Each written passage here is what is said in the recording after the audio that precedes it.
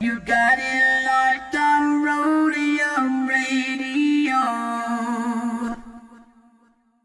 Due to circumstances beyond anyone's control, Dr. Dre is in the motherfucking house. So right about now, and I say, yo Steve, are you with me? ICE, are you with me? Here's a little something by a nigga like me that never should've let me buy a tape from Steve. Ice Cube would like to play dope shit mixed by Dr. Dre. Since I was a youth, I like COMPTON. Now I like the motherfucking Roadium. Buying a tape or two, that's what the hell I do. You don't like Tony A? Well, fuck you, this is a game, and I'm in it. Ice Cube will fuck you up in a minute with a right, left, right, making you sick. And then you see Tony A is on the mix.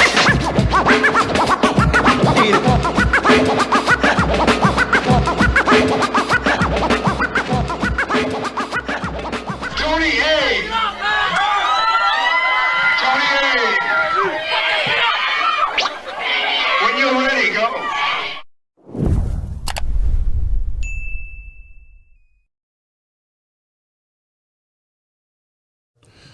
Welcome back, everyone, to Roadium Radio, episode 236. I want to thank everybody on the live chat. I specifically want to thank Roberto Hernandez for making it rain on the live chat.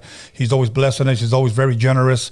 He's always, he pretty much sponsors every show. So, Roberto Hernandez, much love, much respect. Ray Rice, I see you on the live chat. I see everybody on the live chat. I was chatting with some of you guys. We were having technical difficulties. That same raccoon keeps coming back, and we got to get his ass. So green light on the raccoon every time you guys see him.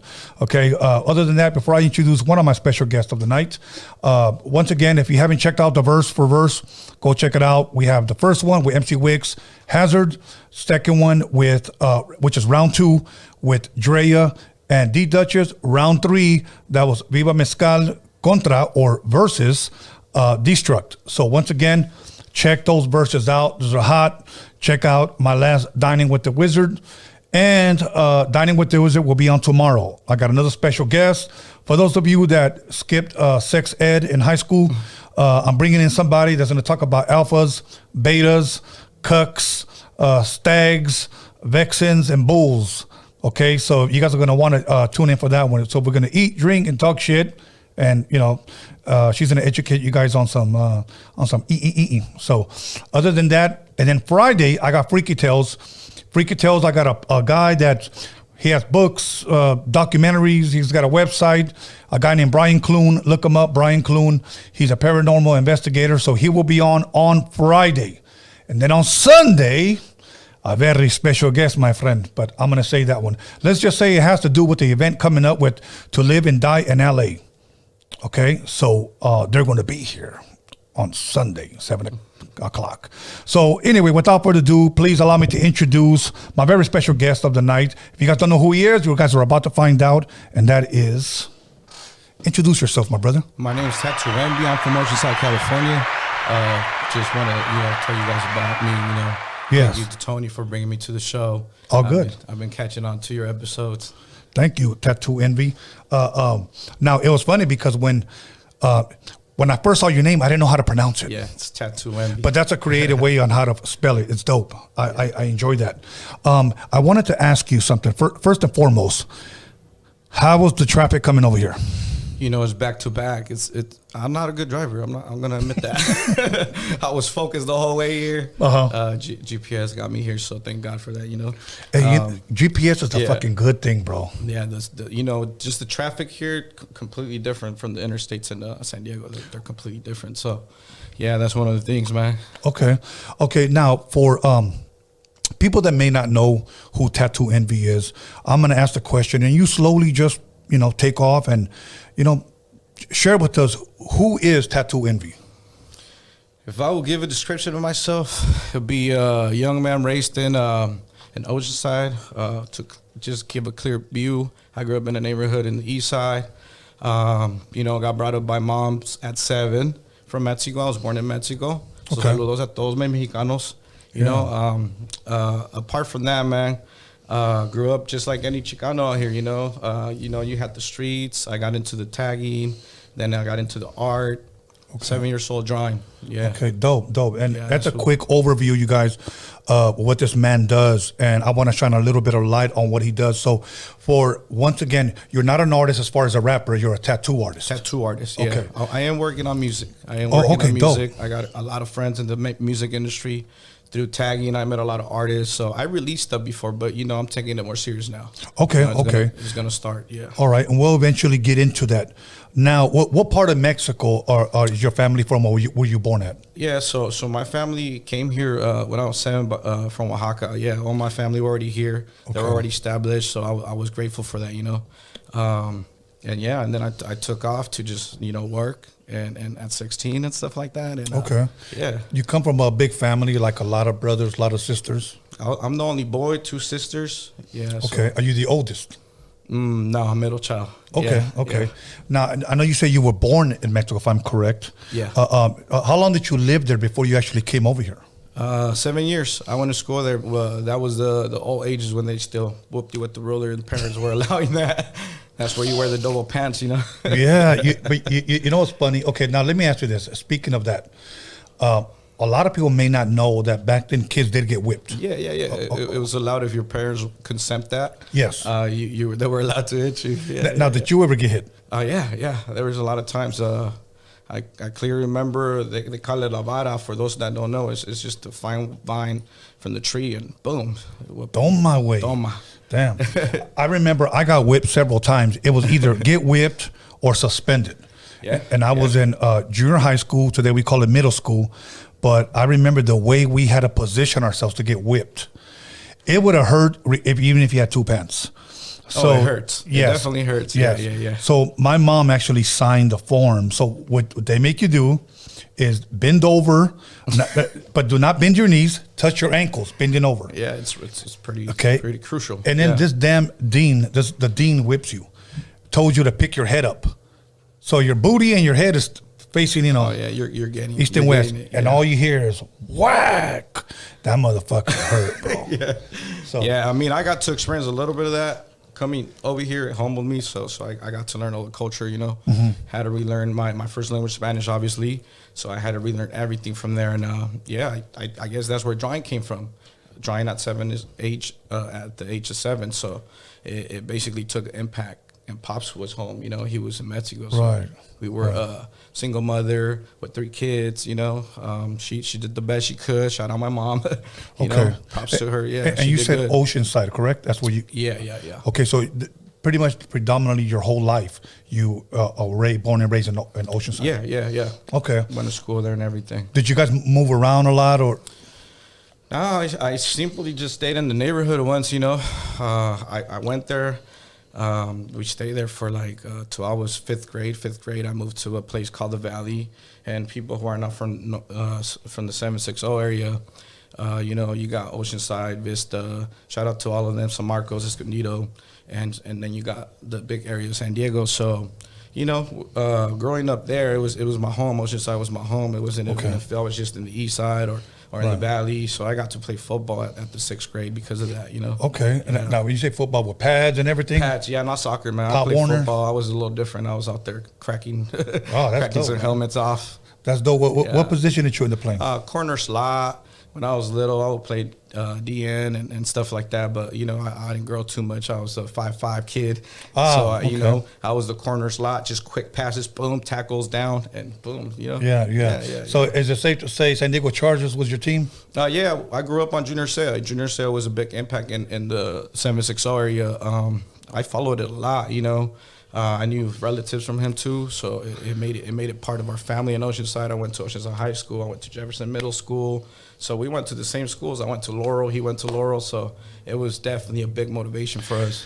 Wow, you know what? And I didn't want to bring this up, but now since you brought it up, I want to bring it up because, whether people are San Diego Charger fans or not, because I know eventually Junior Seau went to the Patriots. San Diego fans, stay San Diego, no matter what. I seen that, I got an uncle that's all Junior Seau Chargers. When it changed was when they came here, but it was still a lot of us that still stuck with the Chargers, Right. Yeah, I stuck with the Chargers for sure. Because I know a lot of people in San Diego, they loved the Chargers, and they loved Junior Seau. Okay, and I know he ended up leaving, ended up going to the Patriots for a minute. Yeah. Okay. Yeah. But I want to say something because I saw a documentary. No, I'm sorry, not a documentary. A movie with Will Smith. I believe it was called Concussion. Yeah. I seen that. Okay, good movie by the way. Movie. Really good. But now I'm just going to repeat what the news said. Okay. Since you brought up Junior Seau. Yeah. Let's talk about it. That he had killed himself. Yeah. Okay. And if I'm correct, he shot himself in the heart. Yeah. So, now, was it true that he did that so that people could study his brain? There was rumors that there was going on something with his mind. I can't say too much on the topic. I just from what I hear from what you heard, city, yeah. From what I hear from the city, I knew some close people that actually knew him, and from what I know was he had something going on. Okay. With stress and his mind, and I guess they studied it. It never went too far though. They need to push that a little more. I feel like. Yeah. Because I know that he was an incredible person though. Yes. Yeah. That's one thing that I know a lot of people will never like to touch on because they do believe that a lot of concussions, do happen in football.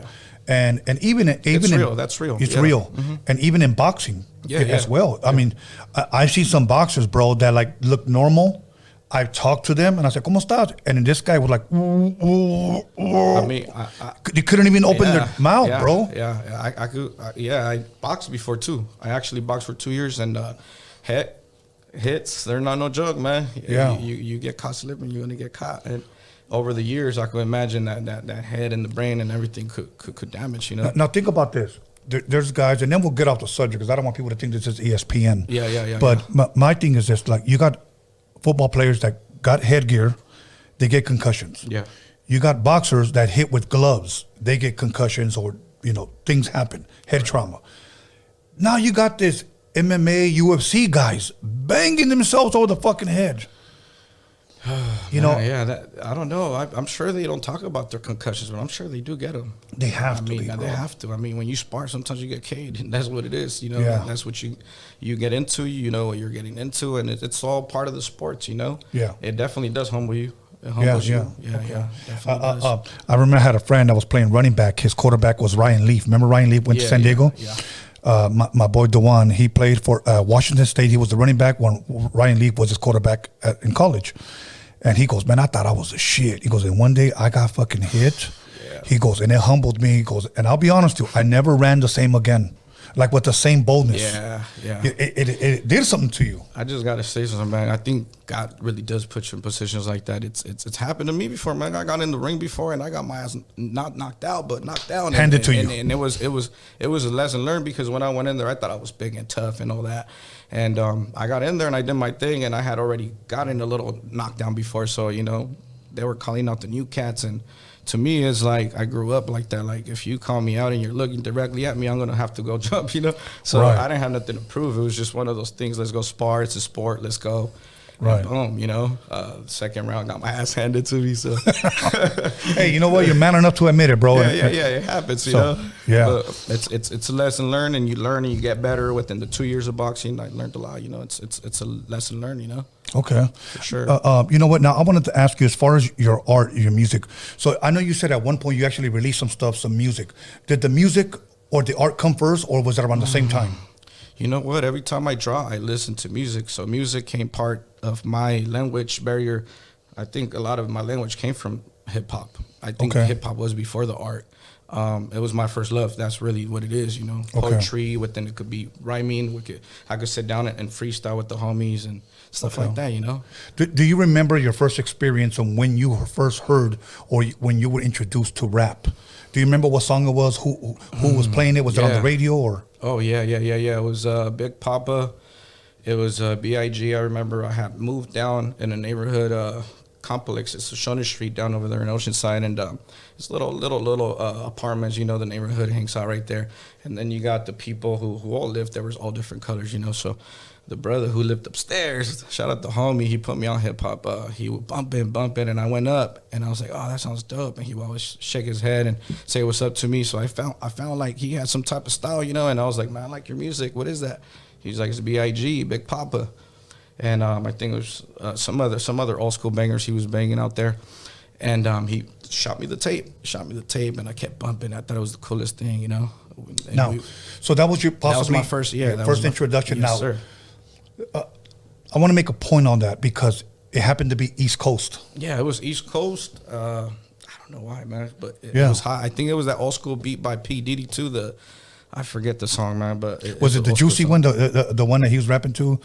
Remember I think rapping Duke? Juicy. It was that one. It was all the old school songs, and it sounded a little West, you know.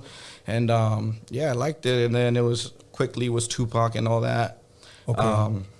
And then you know, obviously going shopping to the swap meet. Growing up as a Chicano, we had a outdoor swap meet, indoor swap meet, and Shadow was a big influence to me. Little Rob, shout out all of them. Mr. Knight on R.I.P. Yes. All the big influence to me. You know, people have a different break barrier between the hip hop, who their legends and who they listen to. To me, I got to give it, you know, take my hat off to the big homies, and they started the music for us. Within if it was Chicano, within if it was hip hop, within if it was the East Coast, you got to give it all to the old school. You know, Okay, that's okay. just me. I'm gonna kind of put you on a spot right now. It's a rap spot. Yeah. Let's go. Okay, for an example, most people, when we say LA, who's the first person that comes to your mind when we think of rap? A lot of people said Dr. Dre or Snoop. You know, that's what they think. Okay. When we say who's the first person that comes to your mind with basketball, people usually say Michael Jordan. Yeah. Boxing, people say Muhammad Ali. Yeah. People say golf, Tiger Woods. You know what I'm saying? So now, when I say a certain city, or well, I should say,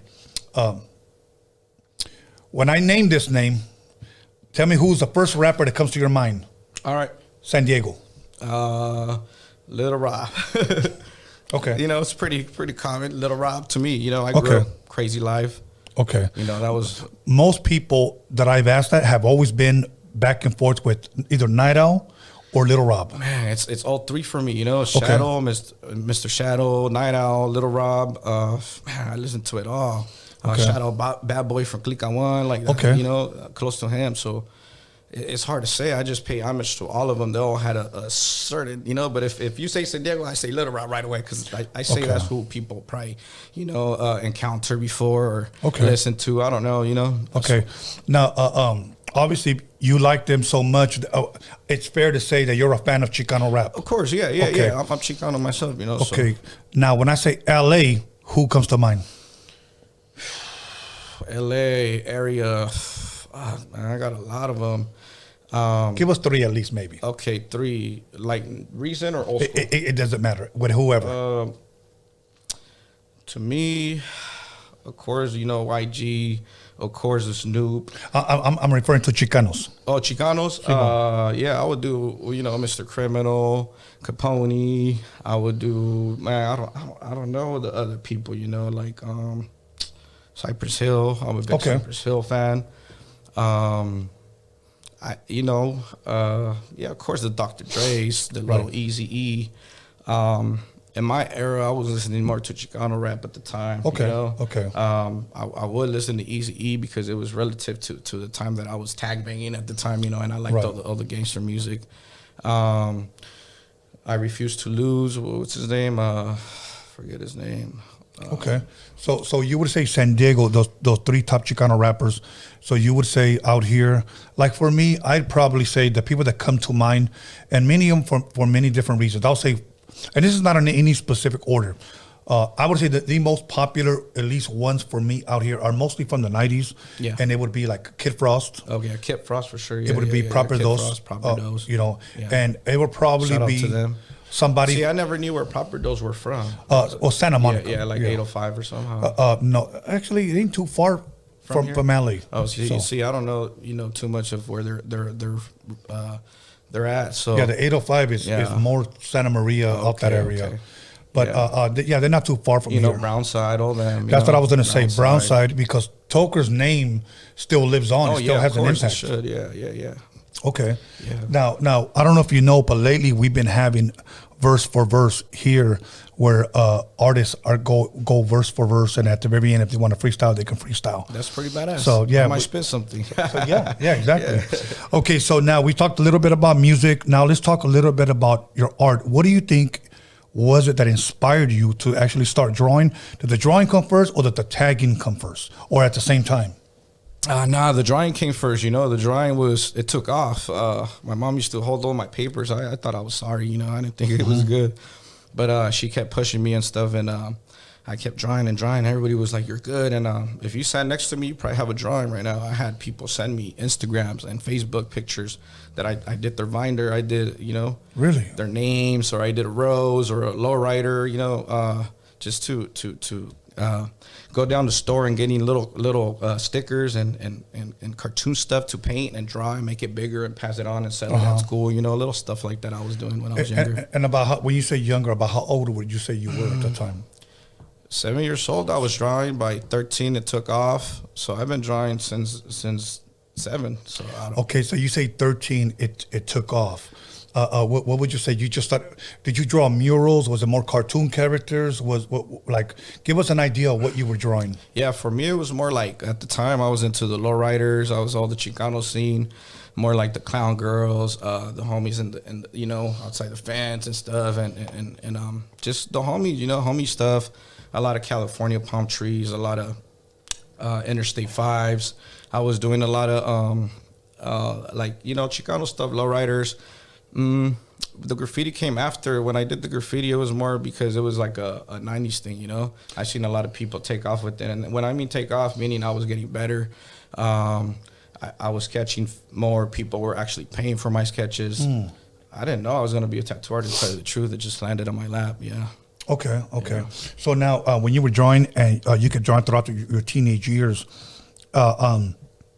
did you ever sell any of these drawings? Do you still have any of those drawings from back then? I have actually taught at my senior year. I taught my class some painting. Really? My art class. Yeah, I was a trouble kid, but my art class, Miss Ward, shout out her, because she actually believed in me before I did. She would have me teach the class and paint and do lessons like that. And I sold multiple paintings, multiple drawings. I did black and gray pencil. I did charcoal. I done, graffiti with Sharpie. I sold it all, man. As a young kid, you have to hustle. You got to help moms out. What about painting on canvas? Did you ever do any of that kind of stuff? Yeah, I did a lot of we had projects on roses or a lot of portrait realism. I'm good at. I do a lot of portraits even on skin now because of it. Yeah. Okay. Who would you say, if any, were out there on the street, in the hood or whatever, were an influence or an inspiration to you? Because a lot of people would say a Mr. Cartoon. Of course, shout out to him too, man. Mr. Cartoon has a big impact. I don't want to get off topic, but I seen his blueprint, man, and I seen his movie, and it impacted me. I felt it coming out my pores, I felt that when I seen it. I was like, damn, I'm kind of doing the same thing, but I never seen this part of Mr. Cartoon explain the documentary, So it made a lot of sense for me to continue what I'm doing with my journey as an artist, and I think I'm doing the same thing with the new artists now, from the new generation artists, from the hip hop. He did Eminem, he did all the big cats, and man, that's a blessing to have someone like that, and opened up the doors. He paid homage for me, man. Yeah. Paid homage for the other artists that are doing black and gray, because at the end of the day, he's pricing them high, so Chicano art's worth something, come on, man. Yes. And I know we come from a beautiful culture. Yes. And I know it's big in Europe, and it's also big in Japan. I actually have a woman that's going to be coming down. I forgot the dates, but she'll be here maybe for about a month or two. Woman from Germany. Nice. Yeah. And I met her a couple of times. She's going to be coming down, and she actually wrote, because they love the culture so much, she actually wrote a Chicano rap book. That's badass. Yeah, I was actually going through YouTube, and I seen the movement over there. And shout out Japan, shout out Vietnam. I think too, they have the homies at the barbershop cutting hair. They got all Chicano culture. Man, it's beautiful how far it's extended because of music and because of our culture, Right. I seen it. I Googled it. I kept showing my girl, I was like, check this out. This is badass. They have the lowriders. They have the whole culture. They have the hip hop, Right. Tattoos. I interviewed Esteban Orio here twice. Yeah. And one thing he kind of clarified, because he had asked me that I liked the documentary, the LA Originals. And I said, of course. Yeah. But I said, if I had to nitpick something from the documentary, was that I felt when they put up a picture, it was just more like a flash. And I said, I actually had to stop it. And he said, that's the problem that I had, because they didn't give us time for those pictures to breathe, to stay there, because they wanted everything within an hour and 15 minutes. He goes, I'm trying to cram in 20-something years in an hour and 15 minutes. Man, that makes sense, you know? Yeah. Yeah, that makes sense. Yeah, because everything went by. He goes, all the pictures were going by so fast. I go, yeah. That was the only thing I felt like everything was being thrown at us. Yeah. I like the story. Quick. I caught on to it. I watched it twice because of it. Yeah, you have to. I watched it twice, and every time it came up, I showed the homies, and yeah, it's a big thing for us, you know. Thank you for Mr. Cartoon starting that up. Same thing with Jose Lopez, you know. Jose Lopez, I don't know if you heard of him, but shout out him too. Now that I'm talking about tattoos, shout out Obi, who gave me the first opportunity. There's a lot of cats out there that started it off for us, you know. A lot of big names, you know.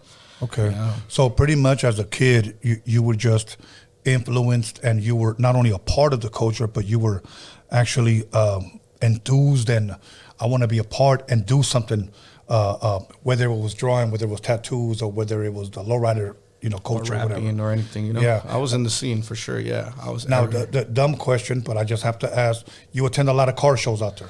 Yeah, I attended car shows when I was younger, and then when I got older. But now I'm always full-time tattooing, or you know, I also breed little Frenchies, you know. I have a business going with my Frenchies, and I fell in love with the breed, you know. Okay. But yeah, my art has taken me places where I could never imagine I could go, you know. And for anybody out there doing their thing, keep dreaming big. It becomes real, man. Just keep hustling, keep doing your thing, and stay motivated, you know. Now, when you say Frenchies, for the people that may not know, can you kind of clarify what that is? Yeah, so my brand is Keenworthy Kennels, and basically Frenchies, man, they're like humans to me, you know. They're smart, intelligent, very stubborn, man. You could tell them to sit, but you got to teach them 1,000 times, but they learn. Really? They're now, is the dog business, is that a real big business? Yeah, definitely. There's people with families that want, and they're safe, you know. They're really safe for kids, you know. I don't know, you know, back in the days, I guess it was the pit bulls, the Rottweilers, and yes. I remember the boxers, and people had them barking and stuff, and I was never a big fan of big dogs. It brings the thing to me, you know, like I like little adorable dogs. I don't need something mean around me or whatever it might be, you know. But also pit bulls are good dogs, you know. I had a pit bull before, and he was chill, but yeah. Frenchies come from France, and get you one, get you one. Get a hold of artists, you know. They're good for companion. Okay, you know who's another great artist, at least in my opinion. I interviewed him here twice, and he actually gave me a picture from my studio with Spanky Loco. Oh yeah, shout out Spanky Loco too. Yeah, I got to work with him too for 2 weeks. Yeah, I went and guest spotted at his shop, and he gave me an opportunity, man. That he's really solid for that, man, and I want to thank him, especially him, for doing that. You know. Okay. He went out his way to have me on his you know. Yeah. Backyard, you know? That'll work. Yeah. Here's what we're going to do. We're going to go ahead and take a 10-minute break. We're going to come right back, and we're going to pick up what inspired you, what motivated you, and how was your tattoo going. And if anybody wants a tat, where can they reach you? So, okay, everybody, once again, call somebody, text somebody, slap the shit out of somebody, let them know that TAT2ENVY's in the motherfucking building. San Diego, stand up. Oceanside, stand up. We'll be back in 10 minutes. Dude, it's your boy Cap G. Subscribe to Roadium Radio, hosted by Tony A. the Wizard. Yes, sir. Yo, what's up, y'all? This is King T chilling on Roadium Radio. Tune in, subscribe every Sunday and Wednesday. Fucking with my man Tony A. the Wizard. West up, this Lazy Dub, and you're tuned in to Roadium Radio right here with Tony A. the Wizard on every Sunday and Wednesday, 7 p.m. Make sure you like and subscribe that. Hey, what's up, guys? I'm right here, Loco Negro, Tony A, Roadium Radio. Tune in.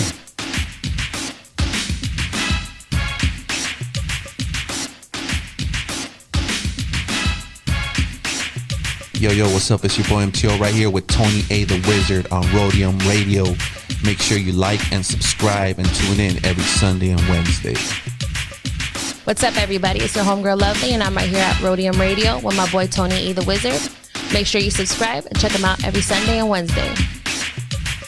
It's Nina Beretta with Roadium Radio and Tony A the Wizard. Tune in Sundays and Wednesdays. Like and subscribe.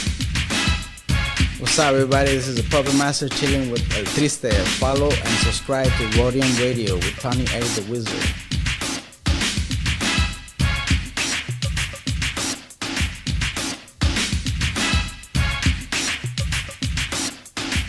Hey, what's up, everybody? This is Rashidi Harper, director, executive producer from Hip Hop Uncovered, and I'm here at the Roadium Radio with Tony A the Wizard. Stay tuned. Coming at you live through the harbor area, you got MC Poncho, the #1 Sancho, and you're checking out Roadium Radio with my man Tony A, the Wizard. Check it out. What's up? This is Ronan Gray. You're watching Roadium Radio with Tony A, the Wizard. Make sure to tune in every Wednesday and Sunday. What up? This is Mr. D over at Roadium Radio with my homeboy Tony A, the Wizard. Make sure you subscribe and tune in every Sunday and Wednesday. What's up, y'all? This Uncle Spliff, man, from Spliff D TV. Y'all need to tune in every Sunday and Wednesday to Roadium Radio with my homie, Tony A, the Wizard. Yo, you're tapping in with the Steel City Hustlers. This is Roadium Radio, hosted by Tony A, the Wizard. A motherfucking legend. Make sure you fucking like, subscribe, share, do all that shit. You know what's cracking. Yo, it's your boy Troublesome Man, TM Gang live in full effect. Here at Roadium Radio with my boy Tony A, the Wizard. You know what it is, boy. Yo, what's up? This is DJ Ernie G, and the place to be. I'm chilling here at Roadium Radio with my homeboy Tony A, the motherfucking Wizard. Vatos Locos forever. Yo, what's up, man? It's your boy Young Hype here at Roadium Radio with Tony A, the Wizard. Make sure y'all subscribe and tune in every Sunday and Wednesday.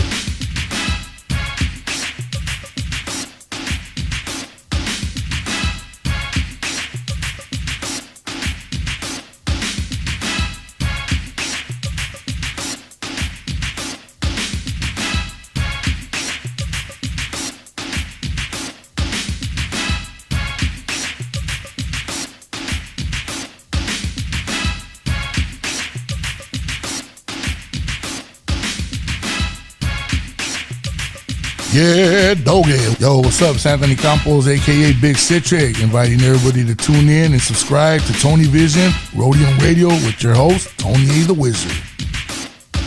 What's happening? It's your boy Bobby Castro, and I'm here at Roadium Radio with the homie Tony A, the Wizard. Make sure to like, subscribe, check out the shit. What's good, y'all? Eric Bobo from the mighty Cypress Hill, chilling right here on Roadium Radio with the homeboy Tony A, the Wizard. That's right. Hey everybody, this is Cliff Ritchie, and I'm here on Roadium Radio with Tony A, the Wizard.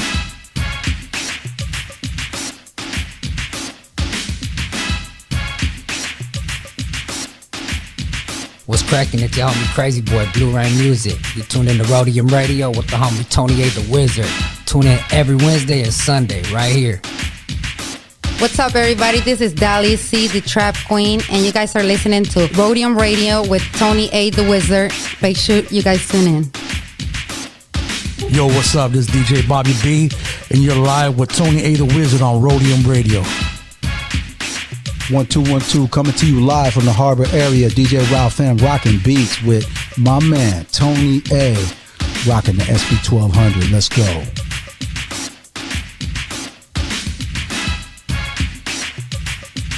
Yo, what's up? This is DJ Yella coming straight out of Compton, Roadium Radio with my boy Tony A, the Wizard.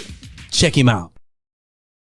Hey, what's up? It's your girl Miss Gabby from NYC. Andamos aquí with Tony A, the Wizard at Roadium Radio. You already know how to bring the NYC love. Hey, shout out to all of you guys.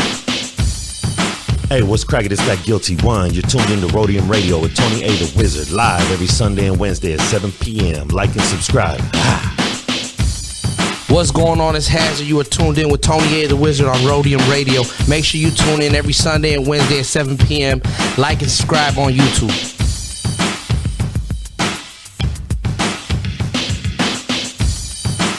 Yo, this is your boy Invincible, and you are watching the Roadium Radio Show with Tony A, the Wizard. Make sure you're tuned in and watching. Ooh-ah. What's up, guys? This is Isabella Soul, and you're tuning in with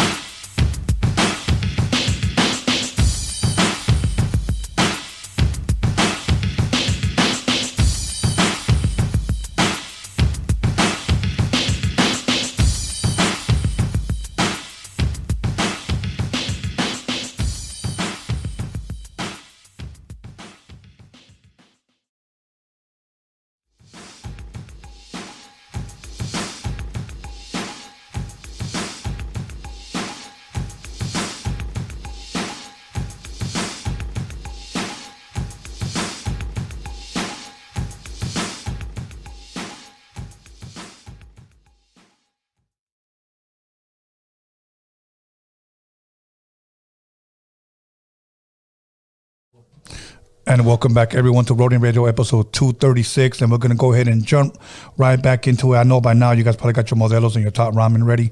So hope you guys enjoy the show with TAT2ENVY. ¿Cómo estás, bro? Man, I'm doing great, man. Thanks for having me on the show. Oh, man, I'm glad you're here. You know, I know traffic is crazy coming over here from Oceanside. So coming over here on a Wednesday, I know it's really, really tough. So I'm grateful that you guys are actually here. I wanted to ask you, I know we talked a little bit about rap, we talked a little bit about art. We haven't touched on your tattooing yet, but we will get into that. Now, as far as rap, around what age would you say you began to start spitting some bars? I would rap over somebody's beats like at 12. By 13, I dropped something at school. It did good. Really? It actually did good. Okay, what was it? Do you remember what you rapped to? Oh, yeah, I still remember the lyrics. Really? Yeah, I still remember when I don't believe you. I'll say. Go ahead. It goes, Trish B coming and running and gunning. I thought I told you I'm a soldier warrior destroying you. Now giving the fuck when I duck with the bullet. See, you couldn't do this. And it keeps going. And it's an Oceanside song. I did the tribute for it with the homie named Little Aztec at the time. He was one of my older homeboys. And shout out to him too. But yeah, it was more like the tongue twisting for us, you know. Like I said, the shadow, the you know, the bad boy, you know. Yeah. So, now, do you know Bad Boy Clica? We're supposed to link up and do some project. You know, we're supposed to work. We've been talking, so shout out to him. Really cool guy, man. Did you ever check out his interview here? Yeah, man. I really liked it. I did my homework. You know, there's a lot of people that we're big fans of you, man. Out there back home, people like you, man. Oh, thank you, man. Thank you. And I appreciate them. Yeah. You know, it's funny because a lot of people ask me like that are starting a podcast, like how did you do it? How did you get people to tune in? And I'll be honest with you, and I tell the same story every time. I didn't know nobody was going to tune in. You know, I was promoting a documentary. I just turned it on, started drinking and talking shit. Honestly, we need you in the industry. I don't know how many people could say that, if they do or not, but I'm gonna say it live and direct right now. Thank you, man. Oh, thank you, bro. You're gonna and more years to come. Watch, you're gonna be the head of what the music and the talent. Exposing it to people. Like now, I'm gonna get people that are gonna come get some portraits done. You know what I mean? Now, so you're opening big doors, man. Thank you. Thank you, man. You know what? And I also want to give a shout out. Alice, can you give a shout out to the person who dropped that 10? Yeah, shout out to Burpees King. Hell yeah, Burpees King. Shout out, man. Burpees King, thank you. Okay, so you dropped $10. That's 10 top ramens, everybody. That's what's up, big shout out, homie. Hell yeah. I appreciate you. That's a compa, you know. Maybe I could buy 8 top ramens and then a bag of chicharrones to throw in there like a spread. Yeah. That would be good. Yeah. So thank you once again. Yeah. But with the good modelo. Yes, exactly. Or Pacificos, whatever, your choice. And a good Jaina. So, because there are bad Jainas out there too. Good. We all need good Jainas. So That's right. So some of you guys need Jainos. But anyway. Hey, but that's another talk for you. That's for another show. That's for tomorrow, Dining with the Wizard. So, anyways, so now, as far as your music, there had to be one point in your life where you took it serious, and then you just pretty much probably figured like, my art is going to take off maybe farther, or what was it? I was a high school kid. It's still into the game banging, you know. And at the time, my thing was going to work, going to the streets, and skipping school sometimes, you know, doing all the regular stuff. But mainly my art kept me away from a lot of shit. And then so did my rap. That was kind of like for me to let go of stuff, you know what I mean? That was like it made me feel good, you know. I escaped through the reality of whatever was going on, and I just kind of, you know, imprinted my own life, and it's been that since. Okay. I do have a little story to share with. Share with us, please. When I was 13, I did that song I spit to right now. It was an Oceanside anthem, and yeah, man, I remember I was one of the first cats, you know, Pistol Pete. Shout out Pistol Pete. He's a big producer out there where we're from. I know Shadow and them recorded there. I didn't know that, you know. That was the first time I got introduced to him. And I went out there. He blessed me with the beat. I got on the track. I fell in love with it. You know, I went back home, wrote. Boom. Next day, we were already recording it. Passed it around, just hustling. Boom, passing it around. I remember me sitting at the bus stop going home the next day. Fools were bumping that old school beat. Boom, they were bumping it. I was at the bus stop just chilling. Even people who were gang banging back then, you know, you sat at a bus stop and you're actually a gang member, or you have your socks on or you're dressed like one, you're gonna get hit up, you know. Yeah. So there was a lot of me mugging. But through the course of that time, the next day I dropped a song. a lot of homies were passing, still dogging, but they were bumping my song on the back of their stereo. And I was like, damn, they don't even know that's me. They don't even know that's me rapping. Right. And a lot of the times, when I was 13, there was no social media, there's no Facebook, there was No, MySpace maybe. I'm glad you said that. There's no social media, no Facebook, Yep. no MySpace. We had no Google. Yeah, it was harder to get out there for sure. Now I'm gonna ask you a question. They're bumping your stuff. Explain that feeling you're feeling, man. Man, it's like every time I go tattoo someone and I do a good portrait, it's a glorifying moment for me. Like, you did that, you wrote that, you know what I mean? So it's all believe and faith for yourself. You got to manifest this from a long time. You got to keep manifesting it. It's going to come through. Yeah. It's just what it is, Hard work pays the dues, Yeah. And yeah, man. So I'm writing now every day. I got good influence. Shout out to homie Lil Grifo. I got other influences. A lot of hip hop artists that I tatted. Man, I seen the way. I know the blueprint. So Okay. now I got to boom. Okay, now we're going to get into a little bit of your tattooing. Let's start. Let's give us the origins of your tattooing. What age did you start? What inspired? Why the transition from art? I know it might be simple, but I'm asking for the fans because at one point in my life, I was also an artist, but the thought of tattooing never enter my mind. How did that transition come about? How old were you when that happened? When you said, "No, from here, I'm going to start tattooing." Yeah. So it was 16. It was a landmark for me. Okay. We were into the tag banging. The tag banging was one of those things that a lot of people probably don't know about or do know, but if you're from that era, people painted on walls and went after school and they met up, they had street beefs and someone crossed somebody over, all that, Yeah. So that brought a lot of hip hop to us because we were rapping about what our crew was, we were rapping about what we did, and that influence took me to one of my homies actually having a guitar string. Again, his name's Aztec. We ended up getting that tattoo session for him. He actually picked me up. He picked me up and he was like, "Hey, you want to come to this tattoo session I have?" And I'm like, "Yeah, all right, I'll come along." Pick me up. Picks me up. By like an hour of him tattooing, he was stashed with cash in his pocket. And I'm like, "What's up? Put me on. Like, that looks easy. I know how to draw, Right. He's like, on the ride home, he's like, "Hey, here, you could keep this one. Keep this tattoo gun." Ever since, I started tatting up the neighborhood, everybody in the block, whoever wanted to tat. Now, and it took off. Once again, since I don't know, I'm going to ask. I know we draw with pen, we draw with brushes, we draw with pencil, whatever. Was it that much harder drawing on people's skin? It had to be. Yeah. You get the nerve, you like anything, like when the first time you spit, the first time you drive, you get that I don't know, man. Your heart's beating fast. You get a big rush. You're about to tattoo someone permanently, but I had faith in my art, so a lot of people did too, and that's what kept me going. If I saw the trust and they trusted me, I'm going to try my hardest, even if it took me how long it took me. Right. It didn't matter. Your first tattoo that you gave to someone, how old were you and what was it? Do you remember? Yeah. I was 16. Shout out my homie Eric Moss for letting me borrow your canvas. I appreciate you. We shot a old English pattern for the homie. Yeah, passed away at the time, and it meant a lot for the mom. It meant a lot for us. So for my first tattoo, it was clean. I took my time. It was clean, Really? man. Yeah, I didn't no shakes, no nothing. It was good. It was proper. Now, was that your first time even practicing? Yeah, it was my first time. When I got into it, I kind of had already seen how people did it. I do my research, when I do something, I like to call myself smart, Yeah. I pick up on things quick. And it was no brain surgery. It was just, make sure you got the right needle, make sure you're going to shade right, make sure you're going to follow the pattern, and boom, you get a nice artwork. Now, how long now, from that time you were 16, to how long now have you been tattooing now? 16 years, yeah, 16. 16 years. I say from 16 to 34. When I start counting my careers, when I did get the opportunity to work at a shop at 18, I actually did that myself. I got a built-in portfolio by myself, tattooing at home, and then the patterns got me to that opening of the job. Okay. And I had a interview then right when I turned 18, maybe like a week after. I went and knocked at different doors. Some shut you down, don't stop, keep grinding, keep going. Knocked out a couple that were interested. Boom, they called me up. I chose up, which one I wanted to go to. Now let me ask you this question, because I'm going to relate it to music. I know sometimes as a producer, you do beats for someone. They take it home, they write to it, and I'm not really feeling this. Can you give me another beat? Has that ever happened in the tattooing world where they come back and they say, "Bro, I'm not really feeling this, bro. No me gustó. The nose looks like a weenie." You know, it looks like a weenie.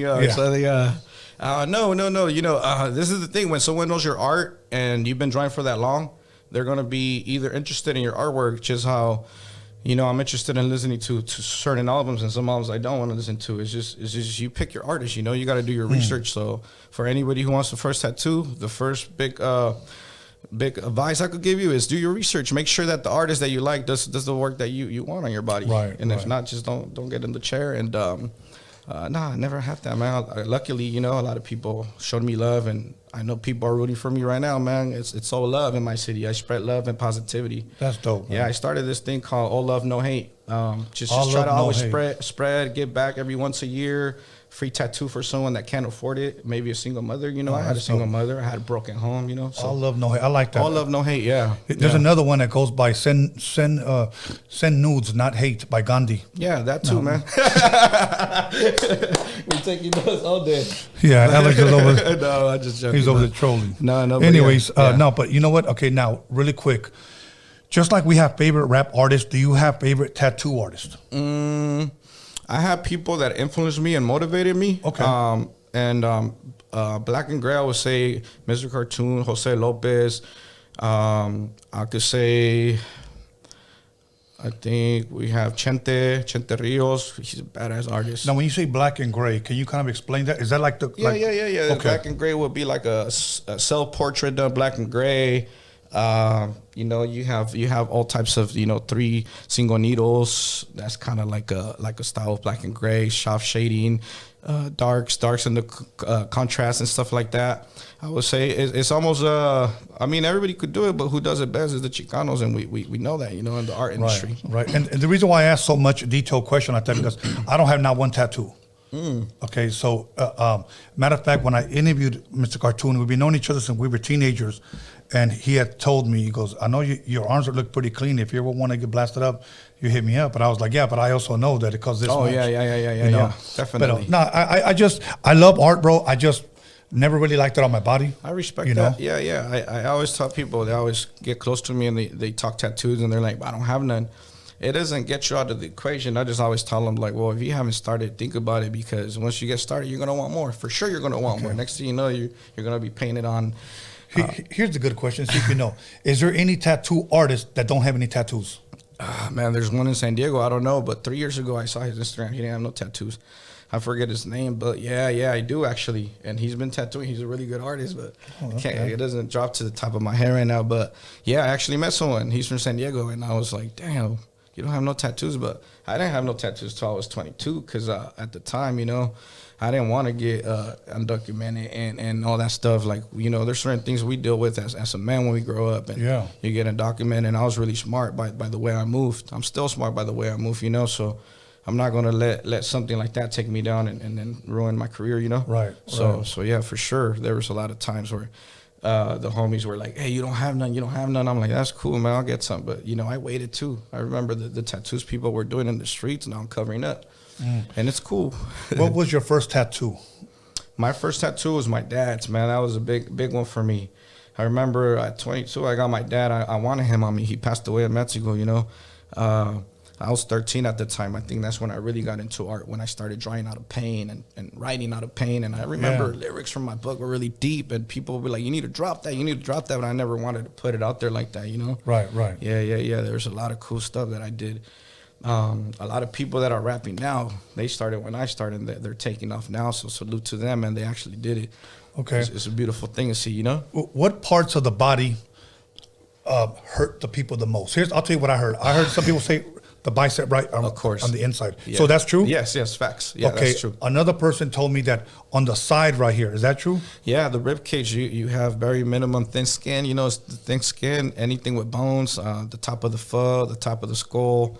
People say the face don't hurt. You know, I personally haven't had my face tatted, so I don't know, but I heard it doesn't hurt. But the neck, the creases, you got the middle of the chest, you got the stomach. That one's really, really painful.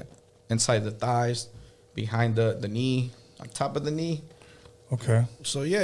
You definitely you got to sit down for it. You know, you got to earn it. So when people get tattooed, I think it's something for them to go through, you know, like it's inspiring. The art might be inspiring. The moment's inspiring because you're going to go through pain to get that beautiful piece, you know? But what is the oddest place you've ever tattooed anybody, or a female or a dude or whatever?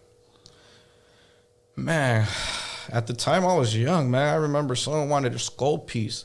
And yeah, he was probably on meth and shit. I'm not gonna lie, he was on some stuff. So, bald-headed dude that came into the shop and he's like, I want to get my dome blasted, and he wanted it all. And I'm like, fuck, right now, like all of it, cool, okay.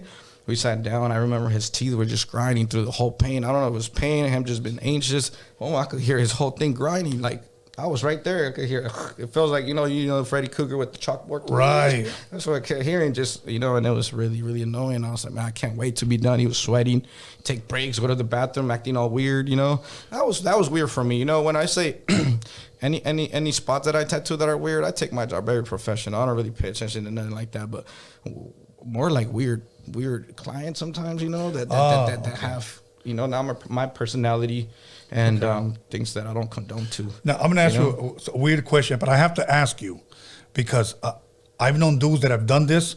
I don't know if they did it themselves or they had somebody do it. Yeah. Like if a dude told you, I want to get my weenie tattooed. Oh, I say, nah, man. You got to hit somebody who specializes in that, you know? Okay. I'm asking because there's a dude that told me that, you know. Man, you know, no piercings in the penis. Do not hit me up for that. Do not hit me up for no tattoos. Okay. Well, now, what if a guy said, I want to get my ass cheeks tatted? Can you do that? You know, it depends. You know, if you want like the top of the fucking cheek or you want the bow, that's different areas, you know. I'm just throwing it out there. You know, I'll take a canvas of a butt cheek. You know, when you got the whole back, and then you do a little piece right there and you connect the legs and you're doing a whole bodysuit, then that's understandable. But if you're just being a clown and you want your ass tatted, no, thank you. Well, now, what if a woman said, you know, I mean, it's the same thing. If she was to get some, I really don't touch that. You know, like I do all body other. There's other places I could tat. Okay. But I'm sure there's tattoo artists. There's artists that probably will enjoy that and I leave it to them. You know, there's a lot of artists out there. So yeah, for sure.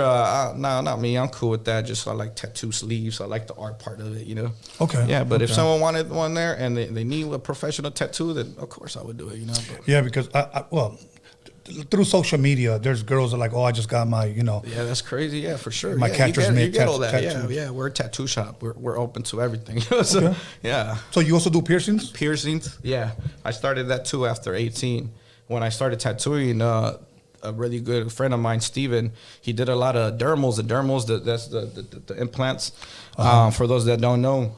It's just done with the 10-gauge needle, 2 millimeters down. You press, boom, and you're doing a little incision to bleed. So people weren't doing them at the time. They were kind of scared, you know.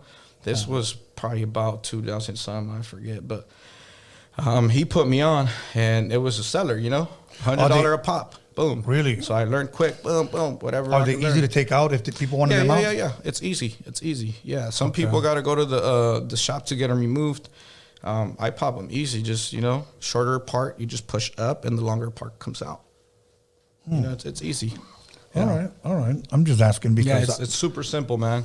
It's way less simple than what people think, and it doesn't hurt.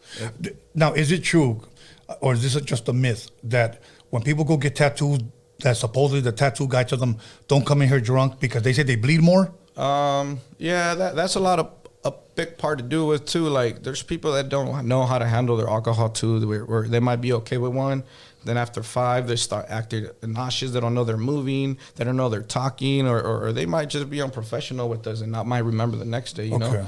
And when you sign the waiver, we're totally in control of your life. If you have a minor stroke or whatever it might be, I really don't recommend it. So I don't tattoo people on alcohol unless it's like someone I know for 20 years and me and him are drinking together, and it's more like a friend tattoo session, you know. Okay. Now, but does that cause people to bleed more when they're drunk? Is that true? Yeah, it thins out your blood just like meds do, you know. Of course, because the alcohol, the blood thins out and stuff like that. Yeah, so that's a factor for sure. Okay. All right, man. Well, you know what? I mean, I asked a lot of questions already and stuff that I wanted to know from tattoo artists. Is there anything that you're working on right now? Well, you know what? Your Instagram is up. People can reach you there.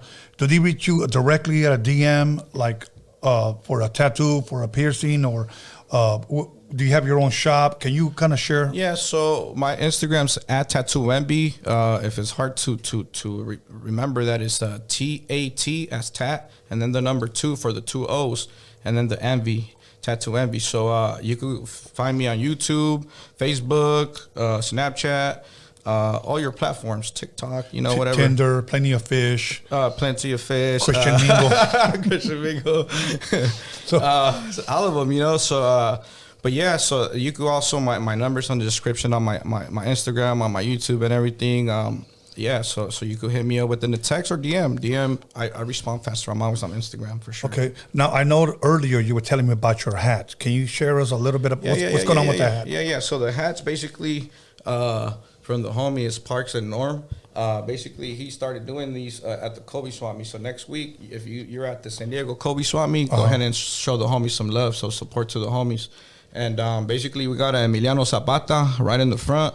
Zoom in, Alex. Give me that angle. We got Emiliano Zapata right here. This is for the city. I'm from San Diego, so you got the Chicano Park right here on the side angle. Okay. And then you got the interstates. Okay. Then you got the barrio. And then you got the barrio. And then you got Rey Mysterio. Mysterio. Now, is he from he's San Diego? He's 619. He's from 619 for sure. He started his career in Tijuana, and then he moved to San Diego, and that's where he took off. He was already in San Diego though. Okay. And then you got all the area, Tijuana on the front. and then the bridge. That's dope. You got the SD. That's dope. So where can the they Mexican get colors? Because I'm Chicano, So. Absolutely. Okay, now where can they get those hats at if they wanted one? The Kobe Swap Meet or online. You could hit them up at Parks and Norm, and that's Parks and then Norm. Yeah. Okay, that'll work, man. I like that for sure. Shout out the homie. Absolutely. Yeah. And I'll be mailing you one soon too. So absolutely, man. I'm gonna have to do I'll support that motherfucker. I got a lot of love and people in San Diego, man. Yeah, I'll do an LA and a Diego one for you, man. LA will work too. Yeah. Now, anything that people can expect? Like, do you have a website? Possibly clothing, possibly more music coming out. What can they expect 2022? So 2022, you should expect a mixtape, and albums. Music with people that I worked on, that I was so privileged to meet in the industry. So shout out all the homies, BG Perico, to Savvy Third, to Compton TG, to Mr. Shadow, to Bad Boy, to all the homies.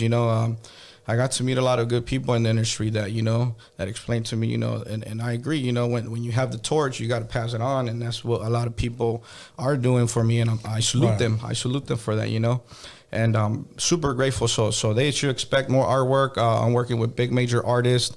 The clothing line's coming with my kennels, more puppies. That's a big business, man. Check out my kennels page at King Worthy in the Instagram. So hit me up on there if you want a pup. All exotics, or if you have someone that wants one. They're really good companions for stress, whatever you need it for. Really good pups, man. You'll fall in love with them. Oh, good. Earlier you had mentioned the 3 people that came to mind, I believe, in San Diego when it came to artists. You had mentioned Shadow, you had mentioned Little Rob, and I believe Night Owl. Yeah. Did you ever get a chance to work with him? I kicked it with Shadow multiple times. I kicked it with, I never met Mr. Night Owl, R.I.P. Mr. Night Owl, but we were in the same areas. I'm not a cloud chaser, I'm not. Of course. I wouldn't really come up to you if you were in the same area. Just not me, not my character. Little Rob and them, they worked in the city too. I never met him. Mr. Shadow, me and him, we're super close. I tattooed his family members and stuff like that. There should be a project coming soon. He's helping me out with some stuff with his producer. Shout out Loose Lyrics. Loose Lyrics already, he's gonna be working on my project soon. So hopefully, we start on that soon. So okay. Music's my focus. Working on more industry people. Shout out Emilio Rivera too. I've done art for the Mayans and stuff like that. I'm doing some art right now. That's dope. Antonio Benjamin. Shout out him. shout out all the cast. You know, they got me and my son at their first opening. So shout out to that. You know, the Comic Con, I had a pass. You know, I feel like an actor. So thank you guys for It's hard to get those passes. Oh yeah, my son was like, Dad, I can't believe it. You know, so shout out my son too. You know, he's a big motivation where I'm at. He's 15 now, playing football, Pop Warner. Hell yeah. He played Pop Warner. Now he's playing high school football. He's a start player. He's pretty good. He's playing since 6 years old. And yeah, man, he got to meet a couple of the cast, and he was super happy. He saw the first episode for the Mayans, and I was blessed to do that. They got us a hotel. They did everything for us, you know. So thank you to the Mayan cast. That's dope. For sure. That's dope. And the new episode's coming. Now, what season will this be? Season 4 is coming. Yeah, so keep a lookout for that for sure. That's dope. You know what's funny, man? When I first saw it, you know, hey, I know that guy from Instagram. I know that other guy from Instagram. I know that, and I didn't even know they were even in there. It's so freaking badass. Yeah, it's a good show. I've been catching on to it, man. Yeah, so too, if you're tuning in into the 2022 the NBA game, I tatted Candace Parker. She put me on there, and there's a character that looks just like me named TAT2ENVY. So if you go there and you design a character, make sure you design it with me. So you know you got my artwork on there, and you could put it on your football player. You know, I mean on your basketball player. You put it on their whatever body Okay. you know you want. Okay. Yeah, it's all my patterns. One last question before you give your shout outs. How or what inspired the name TAT2ENVY? When you grow up in an area and you're just gonna shine, there's gonna be a lot of little things that are gonna come your way. Meaning, if it's envious people and if it's good or bad, I just want to let it be known, like, you know, you can't just sit in my face and smile. I could see a snake coming a mile away. There's just things that I've gone through in my life to even pay attention to that, but it is out there, you know, and it's sad to say that sometimes it happens in your own city, it happens in multiple cities, you know, but the TAT2ENVY was inspired because, you know, too, my dad went through his things and he passed away due to some envious stuff, and it keeps reminding me in my mind that anything's possible, where someone could take you out, you know, or they don't like what you're doing, either if it's good or bad. Just out of fucking jealousy, bro. Yeah. So TAT2ENVY became inspired from that, you know. I was an artist coming up doing graffiti, and I went to tagging wars with people before, you know. Yeah. Because I was a good artist, and there was no defeat for me, just like the hip hop, you know. All good. Yeah.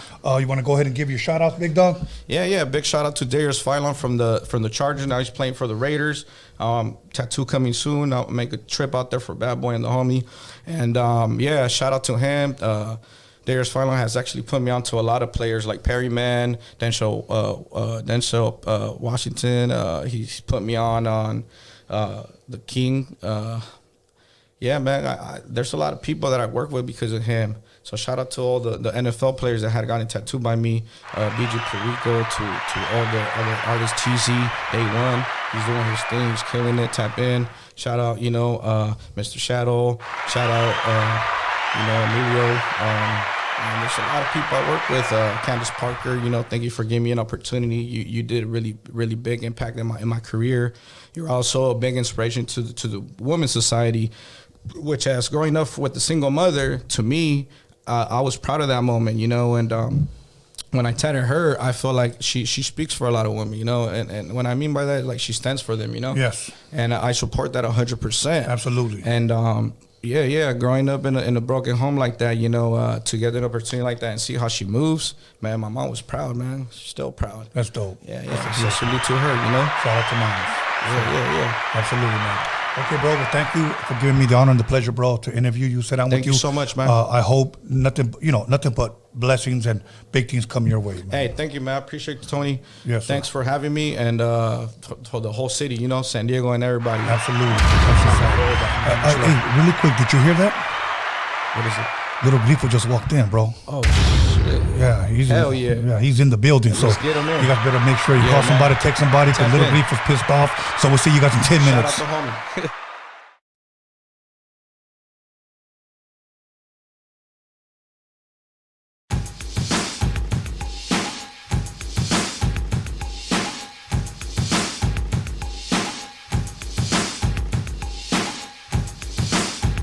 All right, what up? It's your boy King Cash right here at Roadium Radio with the homie Tony A. the Wizard. Make sure you guys subscribe.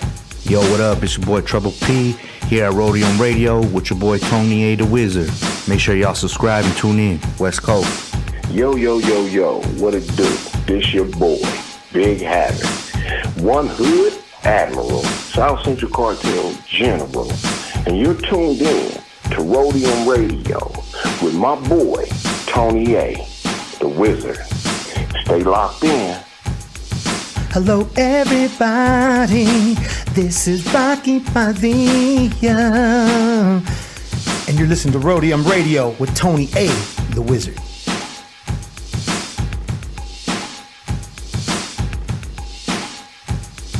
Hey, what's up, my people? Hey, Trouble Kid right here, you know, in the house. Shout out to Tony A, the Wizard, and shout out Roadium Radio. Much love. Thank you for having me. What up, world? It's YQ, Young Quicks, and right now you're listening to the OG, Tony A, the Wizard, on Roadium Radio. Make sure to keep it locked, subscribe, comment, hate. It don't matter, man. We get into it. It'll 5 stand up. Hey, what up? It's your boy, Mark Yo, what's up? Cruz. It's You're now tuned in to Roadium Radio with Tony A, the Wizard, the Legend. Tap in.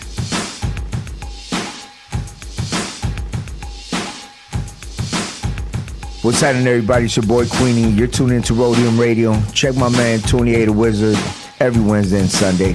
Stay tuned. Comment, like, subscribe, all that good stuff. You know what it is. What's up, pimpin'? It's your boy Johnny Boy, aka Mr. Las Vegas, at Roadium Radio with your boy Tony A, the Wizard. Yes, catch us every Wednesday and Sunday. Yeah. Hey y'all, this is Elvia Cadena here at Roadium Radio with motherfucking Tony A, the Wizard. Make sure you guys subscribe, like, and share.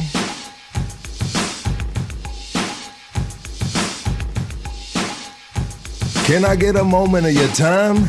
Hey, it's your boy Lucky Sun Zoo from Hood Starks Podcast. Hey, fuck with one of the best podcasts in the game, Tony A, the Wizard, Roadium Radio. Don't motherfucking play with it. Don't sleep on it. Hey, H.A., stand the fuck up. Yes, sir. What's up? This is Clever from the brown side. Make sure you guys tune in to Roadium Radio with Tony A, the Wizard. If not, you're a bitch. What's cracking? It's your boy Young Thrive right here with the homie Tony A, the Wizard on Roadium Radio. Don't forget to subscribe, man. Check out the best interviews on the West Coast. Yeah. I'm on the Roadium Radio. What up? It's ODM from Lighter Shade of Brown. You know, your daddy's favorite rapper, your mama's favorite DJ, plus that YouTube star, you know what I mean? RBG fam. Lighter Shade all day with the homie, Tony A. Right here, Roadium Radio, Sundays and Wednesdays. Let's go.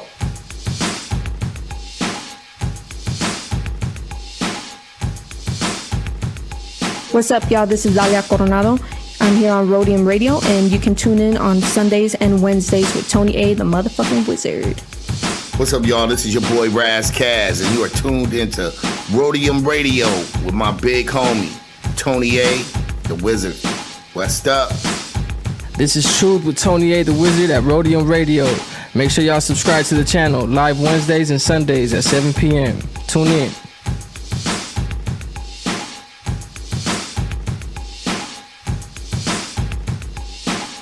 Hey, what's up? This is Lalo KB desde Atlanta. You're listening to Roadium Radio with Tony A, the Wizard.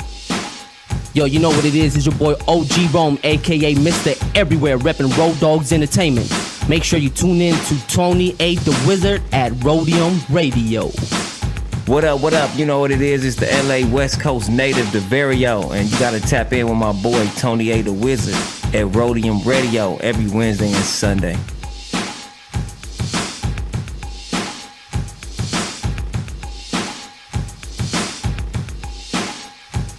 It's your boy Isaac Palau on Roadium Radio with Tony A, the Wizard. Tune in every Wednesday and Sunday. Hey, what's up? This is Lady Bands. Make sure you're tuning in to Roadium Radio with Tony A, the Wizard, Sundays and Wednesdays.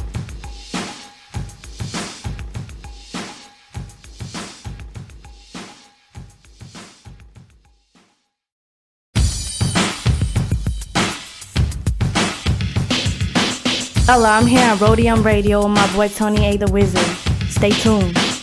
Yo, it's Ray Monique on Roadium Radio with Tony A, the motherfucking Wizard. Tune in and subscribe. What's going on, everybody? This is Big Rich G here at Roadium Radio. with Tony A. You guys gotta check this out, man. Don't miss out. Tune in.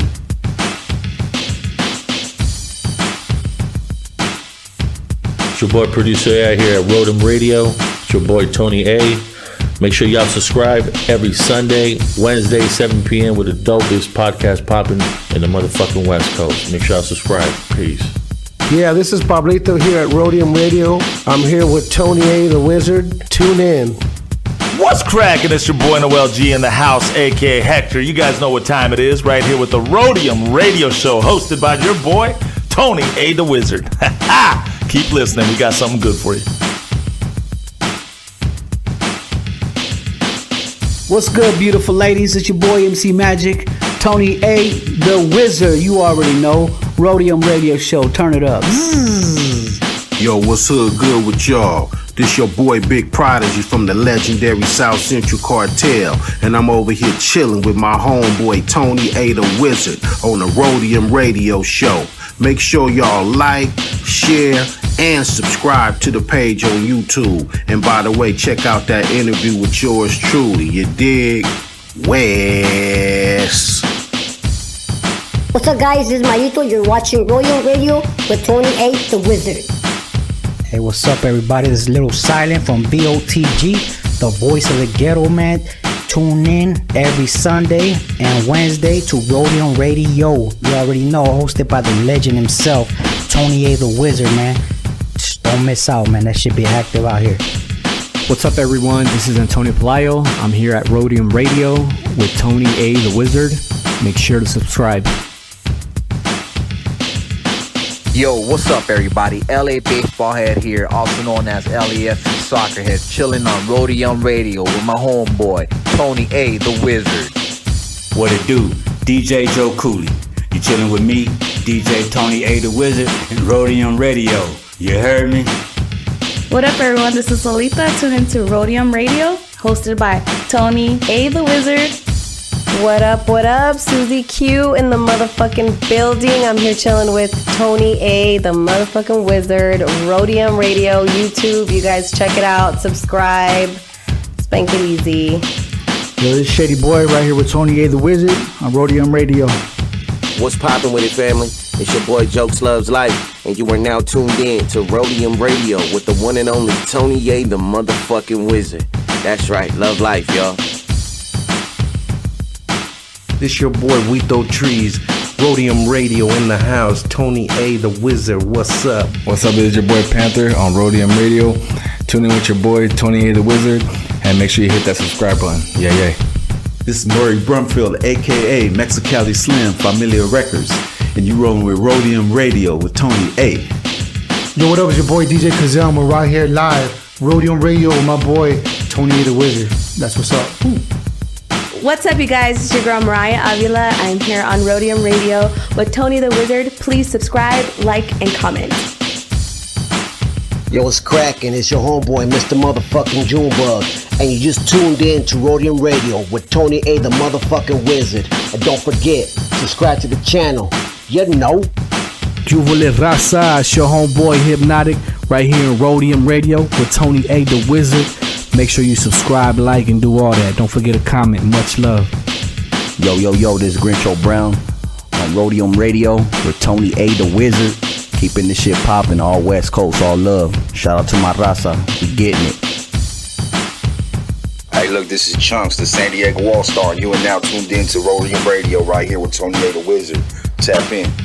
What's up? It's your girl Carolyn Rodriguez here at Roadium Radio. Make sure you tune in every Wednesday and Sunday to Tony A, the Wizard. What's up, y'all? This is DJ Tony G. You're listening to Roadium Radio with the homeboy, Tony A, the Wizard. Roadium Radio. Yo, what's cracking? It's 2Max with Mexican descent, visionary shapeshifters, Good Life Project Blowed, LA Underground Hip Hop.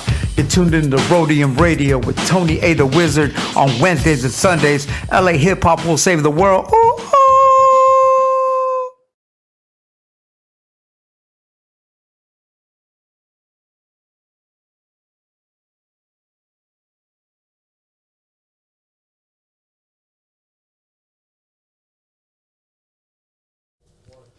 Welcome back, everyone, to Roadium Radio, episode 239. And I'm going to give a big shout out once again to everybody in Oceanside and San Diego. TAT2ENVY was in the building. Actually, he's still in the building. He's just having a little Pacifico break. So without further ado, please, once again, let me make some minor announcements. Tomorrow, Dining with the Wizard, I got a special guest that's going to educate all of you about, if you skipped sex ed in high school.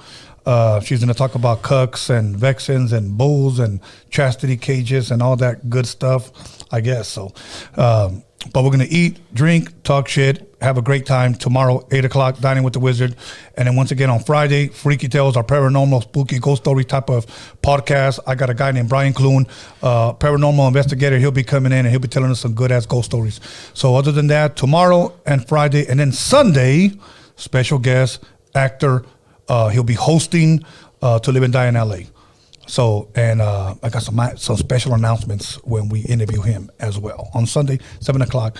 But without further ado, guess who's in the motherfucking building? Once again, he is no stranger to Roadium Radio, and that is Lil Grifo.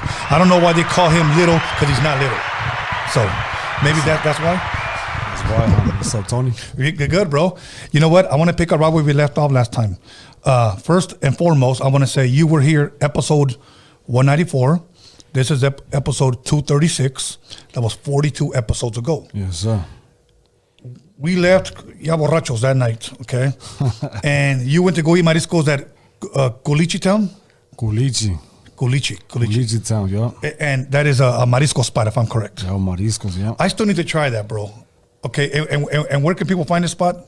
I think they got one here in LA. They got one in Santa Ana, and they got a couple in San Diego. They just opened one, and SD they opened one in Chula Vista. Okay, and where's the closest one to me? You think? I think there's one in Pico. Okay, Long Beach. Where's it at? Pico. Oh, in Bell, City of Bell. Yeah, Bell. Okay, okay, and how are the waitresses?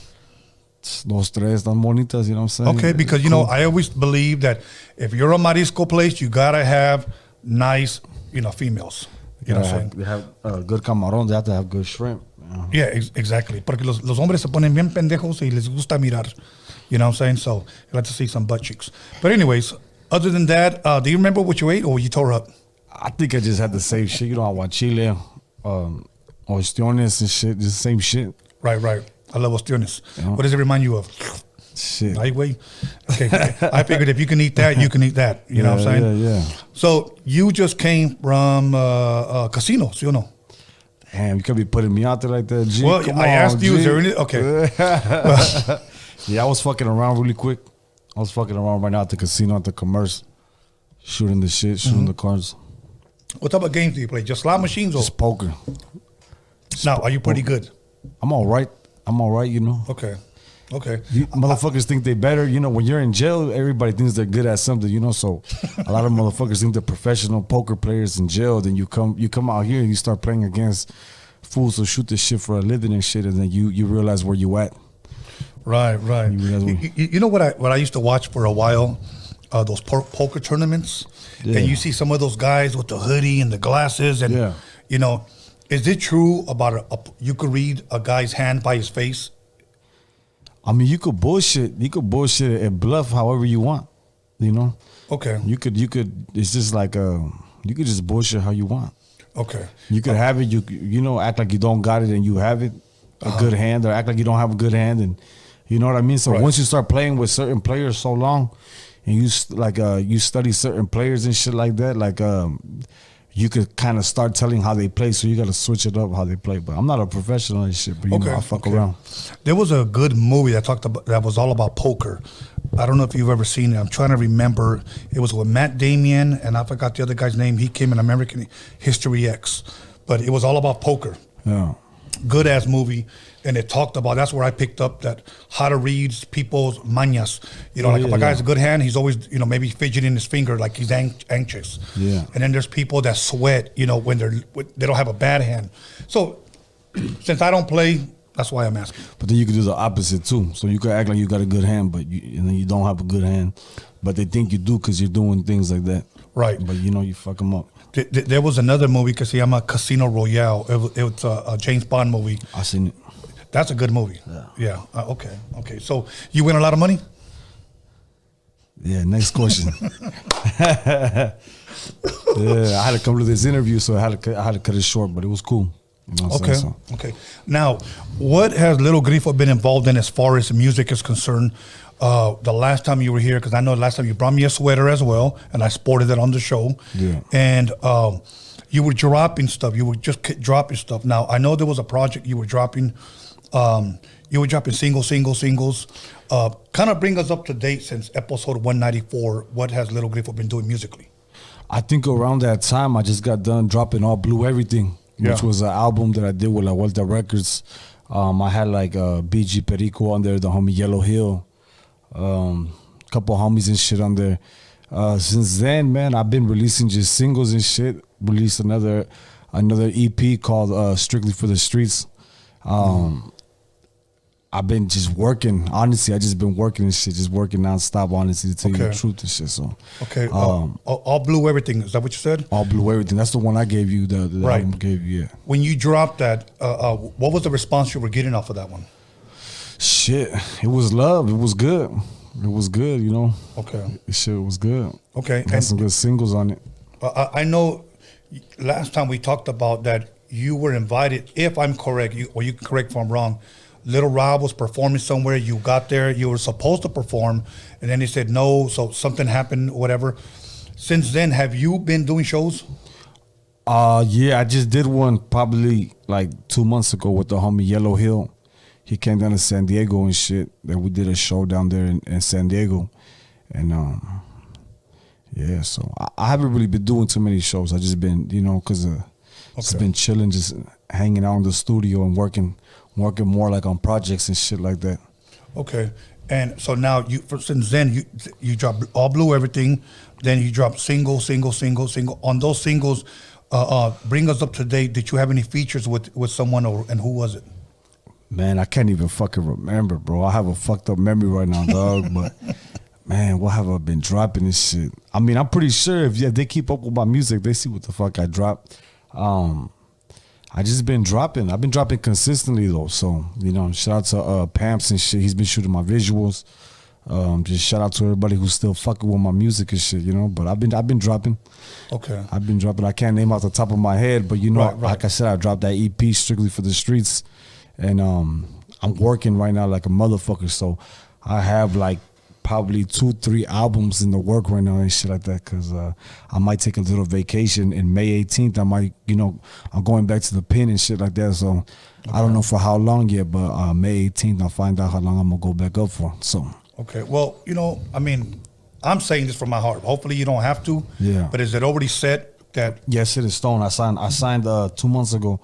So, yeah, it's set in stone. I'm going back upstate, but it's an open sentence from like anywhere from like a certain time to a certain time. So they're going to let me know the sentencing day and shit, you know what I'm saying? So. Right. Yeah. Well, you know, man, I mean, I wish that wasn't so, but I'm glad you're here. I love hanging out with you. This is your third time here. You're always welcome, bro. You hit me up, Tone, let's do a Dining with the Wizard. Tone, let's do this. You know, I'm like, bro, let's do it, you know? You always have an open door here. And like I said, and I hope that doesn't happen, but if it does, when you come out, you know, give us an exclusive. Yeah, it'll be a little turnaround. I'll be in and out. Okay. Now, as far as this EP that you, how long ago did it just drop? The Strictly for the Streets, I probably dropped it already like 3 months ago. Okay. It's been like 3-4 months already, I think. Okay. And what was the feedback, the response that you were getting from the people that were supporting it? It was cool, you know. It was strictly for the streets and shit, like just for those people who really fuck with me and really follow my music, the ones that, you know, that genuinely fuck with my music. It was really for them, you know, the people who really like look for my shit. It was really all for them and shit like that, because I didn't do no big features. As a matter of fact, I don't even think I had a feature on the EP. So it was just all me and shit. Okay.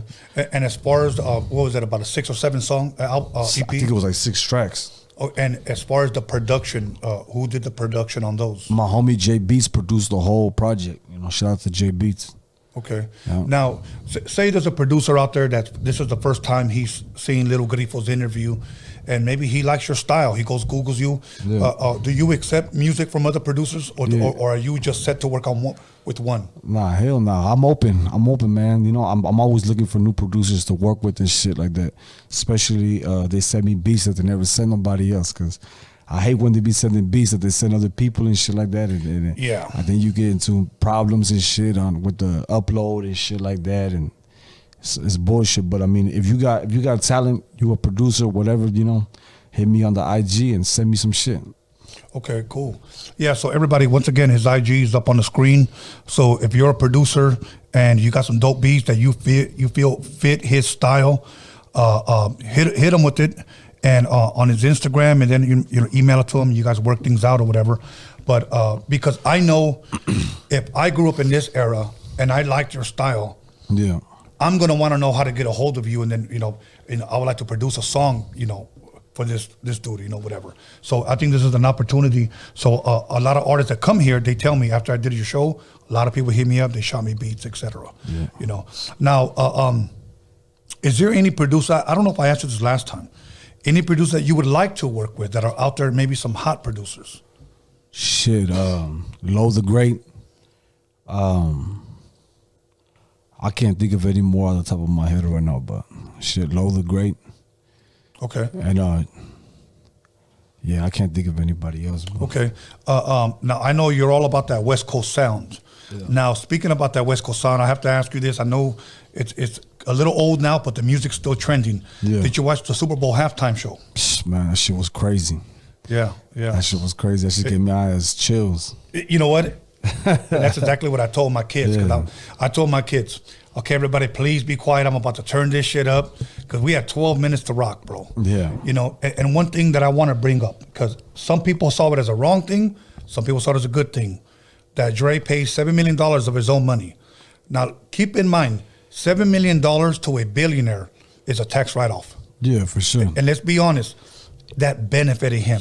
Not only did it make him relevant, but it shined light on Kendrick once again, on Snoop, and on the Eminem that possibly didn't need no more light, but they made them relevant to this new generation. Yeah. And now I'm hoping for that old sound to come back. I'll be honest with you. Yeah, for sure. Now let me ask you, for the fans that may not know, do you rap trap music? I mean, like back in 2000, maybe 17, 18 and shit like that, I had a couple of records that were trap, and I mean, I wasn't too bad at that shit neither, but I kept it, I still like mixed it with, my life, so it was balanced out. Yeah, for sure, balanced out. And I always kept it like I paid homage on the trap records to like West Coast shit, so I always mixed it with something, so it was me, Okay. Do you listen to trap at all? Man, like maybe sometimes, like when a little Heiner or some shit gets in my car and she puts that shit really quick or something like that. But like, I don't know, man. I don't really fuck with trap too much. Some artists and shit like that, like if I feel like getting off my playlist and putting some other shit on and shit like that. But I only bump like probably like Gucci Man or like motherfuckers that I know that are real and shit. Like fools that I know that they hard and shit like that. So. I don't really bump too much trap, Tony.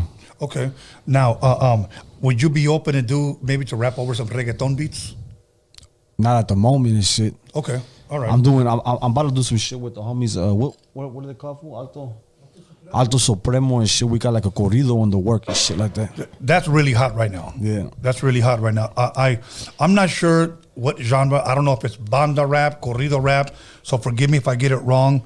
But there's an artist that I will have here eventually that I'll play. I don't want to say his name just yet, but he'll be here soon, and he does a lot of that stuff. And I like that stuff, man. Yeah, shit hard. I like that shit, and it's trending. It's popping right now, and I do think that if you come out with a dope ass track with that shit could actually help you, and not only how would you say shine light on you on a different genre, but get you a whole new audience.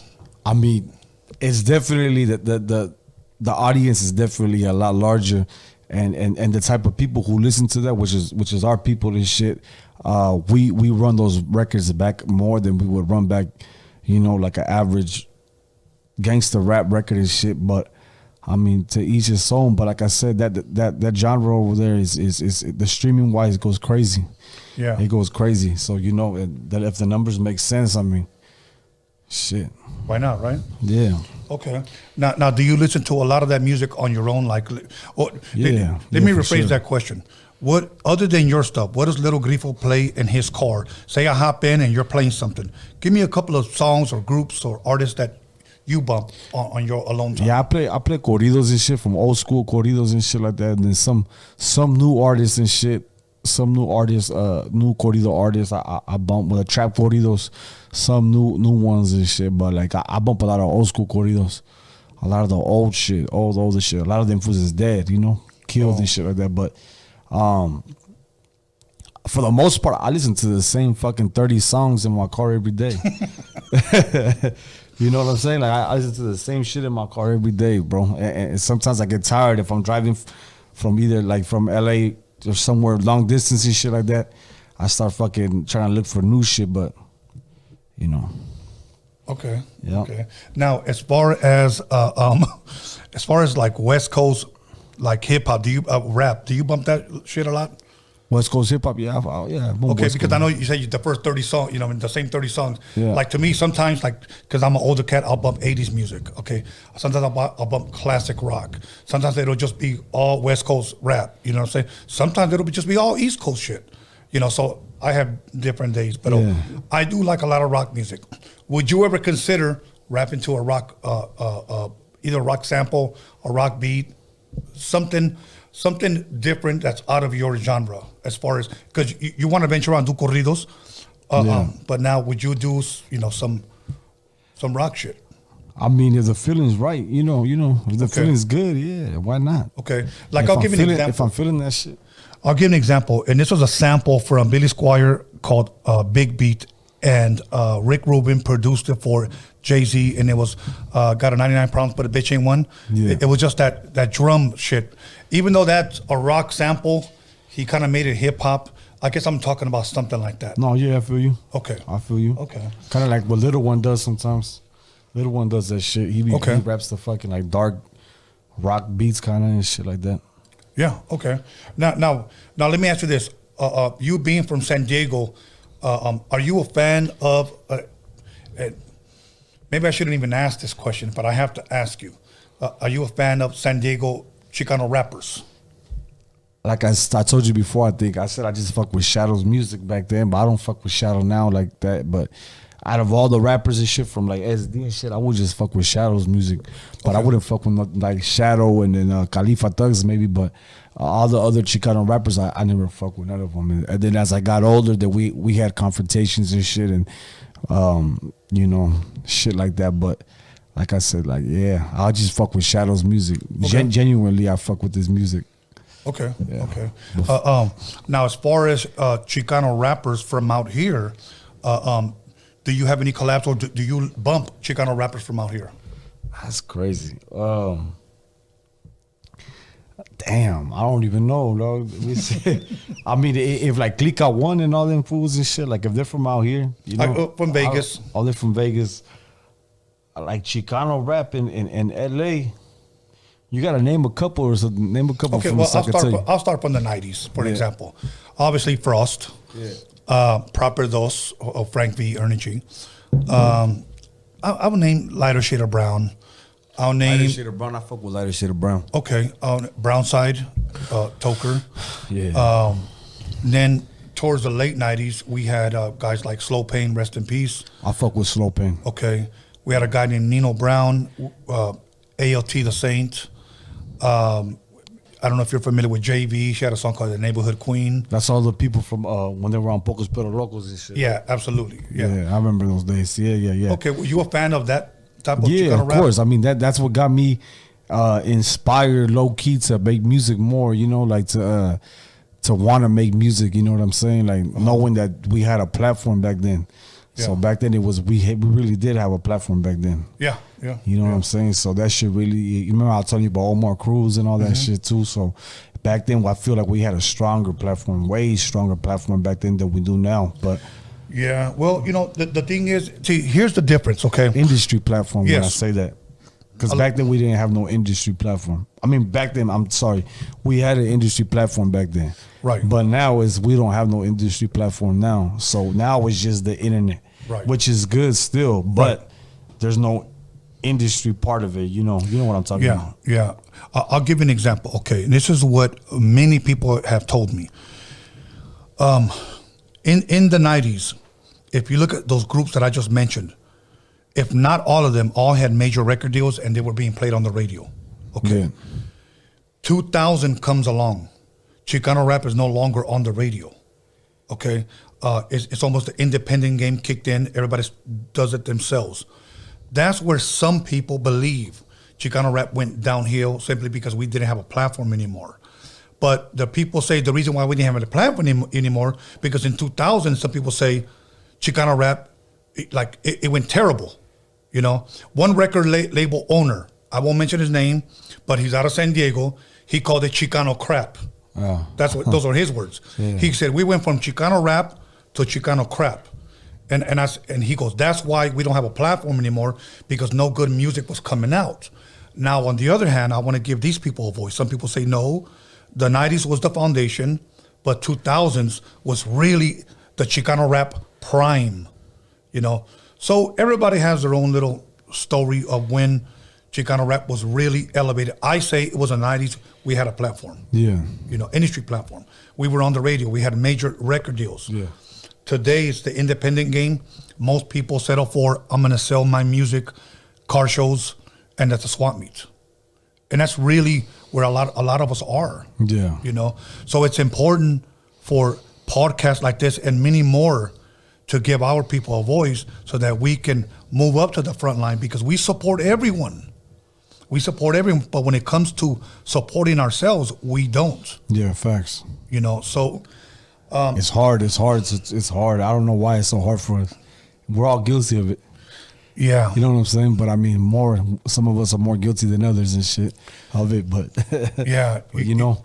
Yeah. So it feels sometimes like when you try to do something good for somebody, like especially like somebody who's Raza, you try to do something good for them, they kind of like, they don't know how to take that shit. They're just like, oh, what the fuck? Like, this fool, oh, all right, good looking. Like, gracias, you know what I'm saying? We don't really know how to take, you know, like, positive shit towards each other.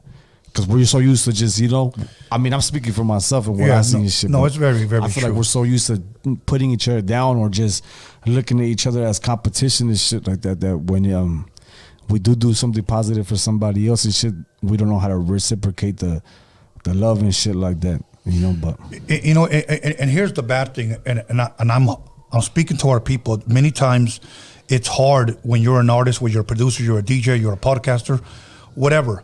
It's hard dealing with other raza because many of them, it's almost like, man, it's almost like you're going to expect the hate because it's going to come. For sure. Expect the hate. And if you're not ready to be ridiculed, talked about, light upon, then you're not ready for any success.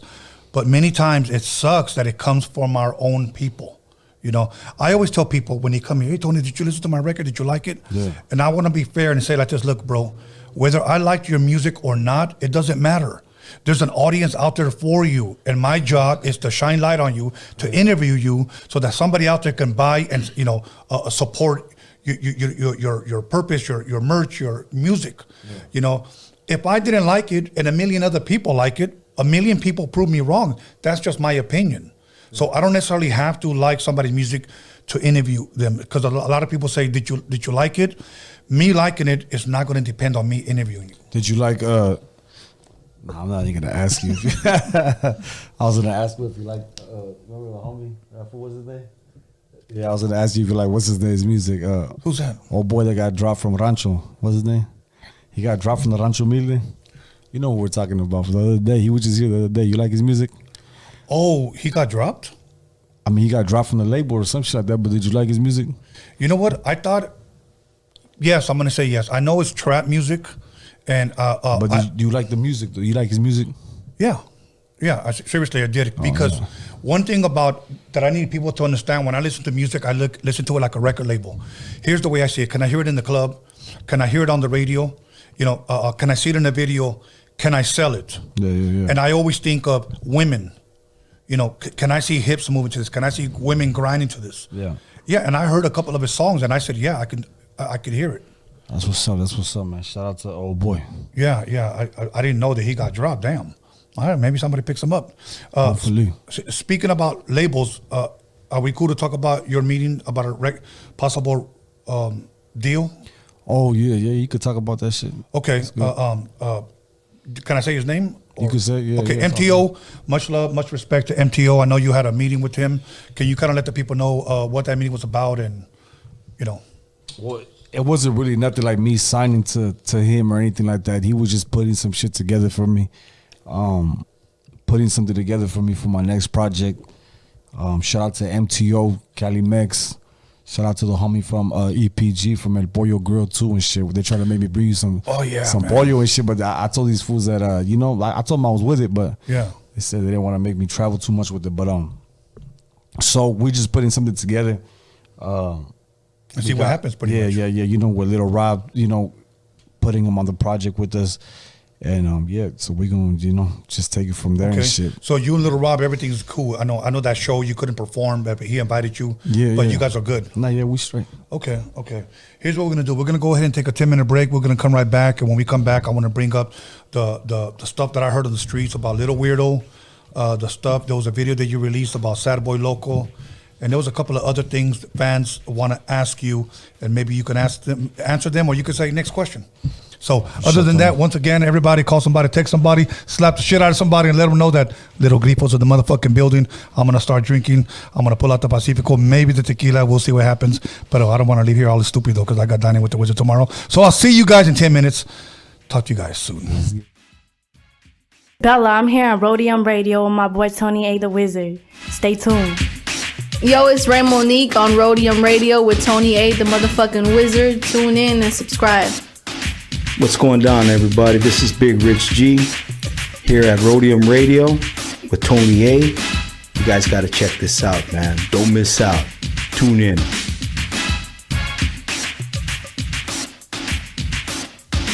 It's your boy Producer A here at Roadium Radio. It's your boy Tony A.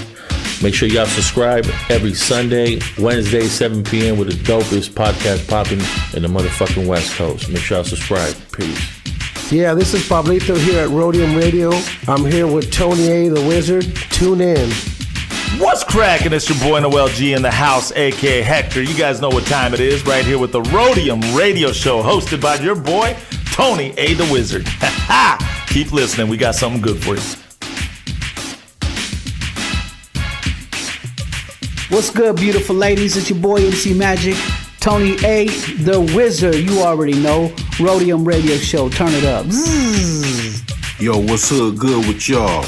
This your boy Big Prodigy from the legendary South Central Cartel, and I'm over here chilling with my homeboy Tony A. the Wizard on the Roadium Radio Show. Make sure y'all like, share, and subscribe to the page on YouTube. And by the way, check out that interview with yours truly. You dig? West. What's up, guys? This is Marito. You're watching Roadium Radio with Tony A. the Wizard. Hey, what's up, everybody? This is Little Silent from DOTG, the voice of the ghetto, man. Tune in every Sunday and Wednesday to Roadium Radio. You already know, hosted by the legend himself, Tony A. the Wizard, man. Don't miss out, man. That should be active out here. What's up, everyone? This is Antonio Pelayo. I'm here at Roadium Radio with Tony A. the Wizard. Make sure to subscribe. Yo, what's up, everybody? LA Baseball Head here, also known as LAFC Soccer Head, chilling on Roadium Radio with my homeboy, Tony A. the Wizard. What it do? DJ Joe Cooley. You chilling with me, DJ Tony A. the Wizard, and Roadium Radio. You heard me? What up, everyone? This is Solita. Tune into Roadium Radio, hosted by Tony A. the Wizard. What up, Susie Q in the motherfucking building. I'm here chilling with Tony A, the motherfucking Wizard. Roadium Radio, YouTube. You guys check it out. Subscribe. Spank it easy. Yo, this Shady Boy right here with Tony A the Wizard on Roadium Radio. What's poppin' with it, family? It's your boy Jokes Loves Life, and you are now tuned in to Roadium Radio with the one and only Tony A, the motherfucking Wizard. That's right, love life, y'all. This your boy We Throw Trees. Roadium Radio in the house. Tony A. the Wizard. What's up? What's up? This is your boy Panther on Roadium Radio. Tune in with your boy Tony A. the Wizard. And make sure you hit that subscribe button. Yeah, yeah. This is Murray Brumfield, a.k.a. Mexicali Slim, Familia Records. And you rolling with Roadium Radio with Tony A. Yo, what up? It's your boy DJ Cazell. I'm right here live. Roadium Radio with my boy Tony A. the Wizard. That's what's up. What's up, you guys? It's your girl Mariah Avila. I'm here on Roadium Radio with Tony the Wizard. Please subscribe, like, and comment. Yo, what's cracking? It's your homeboy, Mr. Motherfucking Junebug. And you just tuned in to Roadium Radio with Tony A. the Motherfucking Wizard. And don't forget, subscribe to the channel. You know. Juvale Raza, it's your homeboy Hypnotic, right here in Roadium Radio with Tony A. the Wizard. Make sure you subscribe, like, and do all that. Don't forget to comment. Much love. Yo, this is Grincho Brown on Roadium Radio with Tony A. the Wizard. Keeping this shit popping, all West Coast, all love. Shout out to my Raza, we getting it. Hey, look, this is Chunks, the San Diego All-Star, and you are now tuned in to Roadium Radio right here with Tony A. the Wizard. Tap in. What's up? It's your girl Carolyn Rodriguez here at Roadium Radio. Make sure you tune in every Wednesday and Sunday to Tony A. the Wizard. What's up, y'all? This is DJ Tony G. You're listening to Roadium Radio with the homeboy, Tony A. the Wizard. Roadium Radio. Yo, what's cracking? It's 2Max with Mexican descent, visionary shapeshifters, Good Life Project Blowed, LA Underground Hip Hop.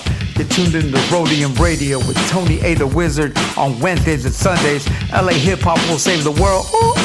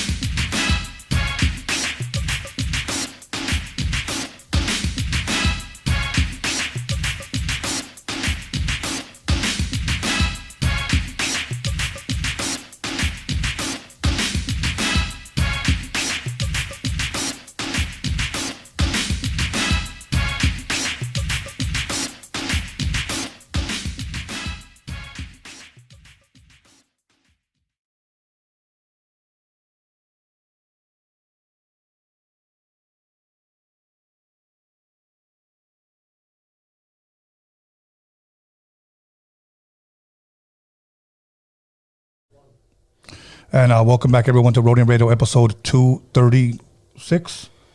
Damn, I forget, and I haven't even started drinking yet. It's probably that top ramen I had earlier. But anyways, okay, everybody, once again, I'm here with Lil Grifo, and he's not so little, so don't test him. Okay, everybody. ¿Cómo estás, bro? ¿La novia no te deja o qué? Oh, nah, man. You know I had to restructure my whole program. Oh, okay. All right. That'll work. Okay. A bit of a... Oh, you know what? Salud. I sip mine, pero hay más si quieres más. So...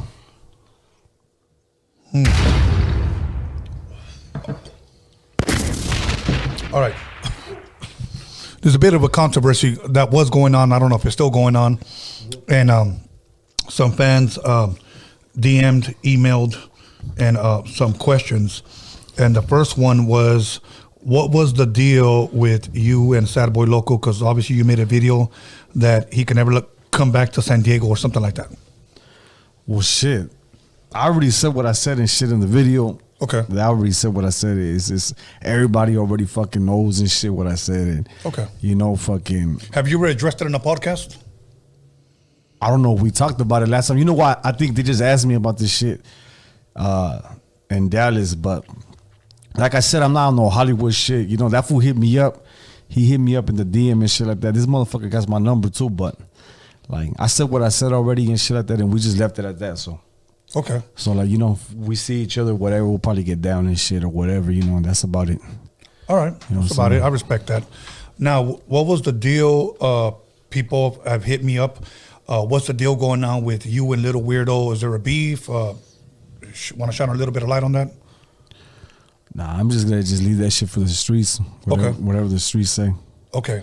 Because I know that there were, he's also from San Diego, correct? Yeah. Okay. Now, have you ever recorded with him or did anything with him? I think I got like a song of his in my email that he sent me like 2 years ago or some shit like that. Okay. Like and then from there it just went south. Just a verse. Yeah, he sent me like a verse with the hook. Okay. And shit in my email. All right. I'm just got to throw out the questions that people have asked. Shit, whoever wants it, I got that shit for sale for like $1,500. Show me $1,500, you can have that song. I'll send it to you guys. Oh, and that's a Little Weirdo verse. A Little Weirdo verse of $1,500. Okay, hit him on the DM, okay? Or page him, okay? So for those old school cats. Okay, now here's another one. It's a bit of a controversial one. I don't know why. But ask him why a supposedly active Southsider is signed to a Norteño label or / distributor. Shit. I'm not signed to anybody. I'm street made. You know, and that's the end of that. Okay, and Street Made is your brand right there. That shit. Matter of fact, Chunky, show me that shit that I bought. I gotta lace you up. Hell yeah. Gotta lace you up with the fresh. I love it. You gotta pull that motherfucker out. Pull it out so the camera can see that shit. Okay, I'm gonna pull it out because I like gifts. You know what you should do? Make yourself a monito of yourself, bro. A little fucking action figure and shit. Yeah, exactly. Hell yeah. Look at this hoodie right here. Fucking dope ass blue right here. Sport this motherfucker. No. That shit's hard. The Thank sleeve, you, bro. the sleeve got a little something on the sleeve too. Okay. I bet. On the other side. The other sleeve, yeah, right there. Somewhere right there, look. Oh yeah, right here.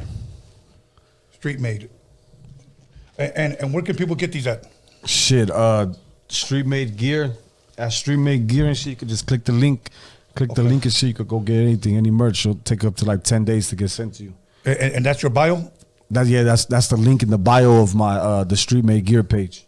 Okay. But like just to elaborate really quick with you more on that, like the whole Norteño issue and shit like that, like motherfuckers don't understand and don't know the business of anything. Right. Motherfuckers are just, you know, on the sideline. They don't know nothing about anything. They assume shit and you know what I'm saying? And I feel like a lot of motherfuckers just don't got no business going on with themselves and shit like that. And they too caught up in everybody else's fucking business that, you know, they don't even know half the shit they be talking about. Well, you know, if people would just mind their own fucking business, I think this would be a better world.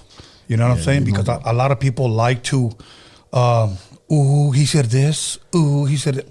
Stop. A lot of time we act like a bunch of fucking viejas, bro. Anyways. Yeah, okay. So. The next question was, ask him why he took down the dopest diss track he had released. It was a banger. So I didn't take nothing down. I don't know what they're talking about.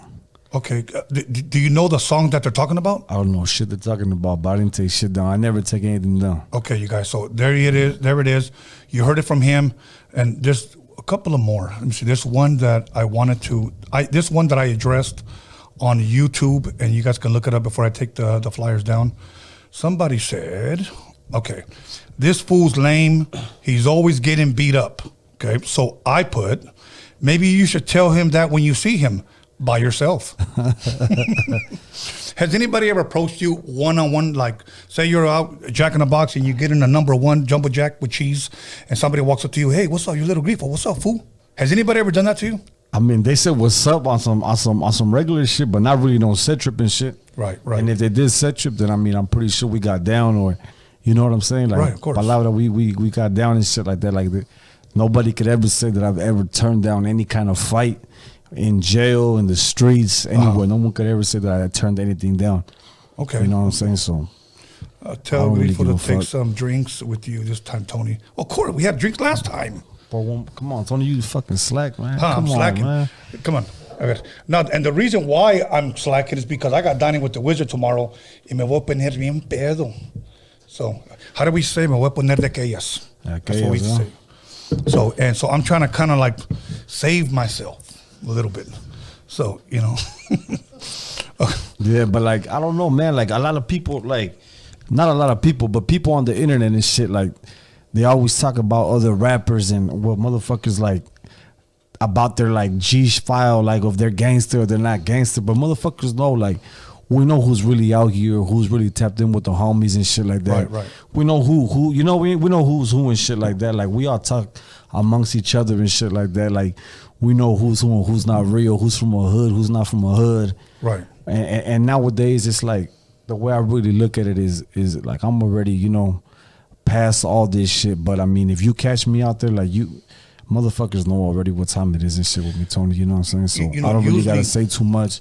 You know, I ain't gotta say shit to the internet. The internet, exactly. Yeah. And many times you could probably be talking to a cross-eyed fat motherfucker living with his parents, eating Takis and Red Bulls. So, you know, you just don't know who in the hell you're talking to. Yeah. Because all private pages are the best shit talkers. Yeah, man. So, you know, you know, I don't understand. Like, you know, today some guy tried to net bang, you know, on me. And today I had time. So we were going at it. And then after he found out that he could have pushed up on me, and I don't think I'm this fucking mafioso, but here's my thing. When somebody talks shit, whether you're active or whether you're a resident or you're just a nobody, it doesn't really matter. A man's a man, a man's going to be down for his. So please don't get it twisted thinking, oh, he's just a resident, he's not going to do nothing. Nah, bro. You know, there's just a lot of people that they just never got caught, never went to the pen. You know, there's a lot of people out there that... You never went to state? No, hell no. That's good. Nah, you know what? And I've known dudes that never went to the pen, you know, that just never got caught. And a lot of people, believe it or not, they kind of look down at those kind of people who are like, well, I did. And I'm like, well, yeah, bro, you got caught. He didn't. Yeah. So, I don't know. And I'll be honest with you, Grifo, I don't really like to talk a lot of that street politics stuff because any little word can get twisted and say, Tony said this, Tony said that, or Grifo said this. Shit, and if you've never been locked up, that just means you've never been without pussy. There it is. That's all it is. There it is. You never went without pussy. That's it. Or I'm not gonna mention that. So anyway. Yeah, man. Yeah, I've never been without it. I like the catcher's mitt. What's up with the comments? They're not commenting no more shit. No more questions. Nothing. No. Okay. Look, everybody. If anybody has a comment and they want to address Little Grifo, put it on the live chat. Is that cool? So we'll do that, and then he'll read off the comments to us. Anybody wants him to address something, I'm giving you guys an opportunity. So, you know, if you're the guy who said this fool's lame, he gets beat up a lot, comment or, you know, set it up. He'll buy you lunch. So that's just crazy, man. So if anybody does, let me know. What's going on? Is there any artists out there that you would like to do collabs with? Shit, right now at the moment, I'm just really focused on myself, but okay. Who the fuck was I trying to work with this shit? Besides Little Rob, we got some shit already. Like I told you, with MTO, he's lining that shit up for me. Dope. I just been focused on my business, man. Honestly. Okay, and that's as you should. You know what I'm saying? Because that's what's going to make you this. Those people that are talking masa are not going to, you know. Yeah, so, yeah. And the sad thing is, a lot of these people are low key fans. Yeah. You know, they're just, you know, I don't know, internet balls, I guess. You know, I know for a while when we talked on the phone, you were telling me that you were going back and forth with a lot of people on the internet. Do you get that a lot, man? Like a lot of hate, a lot of people that try to like step to you on the internet. Like I don't know. Sometimes, like I said, sometimes I ain't got shit to do. Some days it's just so I answer the DMs. I'll answer the DMs and shit like that. But like motherfuckers just be all just talking shit. Like I had some dude the other day. I forgot from like he's from San Diego. I don't know who he was and shit, but he started talking shit on the internet. Asking me why I did somebody or some shit like that, and pull up and come to my hood right now. I'll send you the address, but it's like who the fuck got time to drop everything what they're doing and shit and go drive 30 minutes to go to somebody's hood to and fight probably get set up and probably get shot or something like that. And like 9 times out of 10, these people and shit, if they were to see me probably in the streets and shit like that, they probably wouldn't say shit. Yeah. They probably wouldn't say shit. I'm pretty sure the people who be talking shit, if you have any haters, if they were to see you, they probably wouldn't say shit to you in the streets neither. I'm a nice guy. You know what I'm saying? So I don't know why anybody wants to step to me, but I do get a lot of these fake ass fools. Because look, I don't know anybody on the streets. Yeah. Look, my neighborhood is, I won't say this about me, but I'll say this about my neighborhood. It's very, very active. I've been living here pretty much all my whole life. Yeah. I'm about to be 54 years old, okay? I said that to say this, that I get dudes that leave me voicemails. What's up, fool? You're a fucking lame. I'm active. I'm plugged in. I'm a 13. I did 8 years. Like, they gave the whole fucking resume, bro. Yeah. Like, where they parole from. Yeah, their cholo bio. Yeah. Okay? And then I just respond with congratulations with a question mark. Like, what the fuck do you want? That shit's crazy, man. You're weak. And thank you. Stay tuned. I got a great guest coming this Wednesday.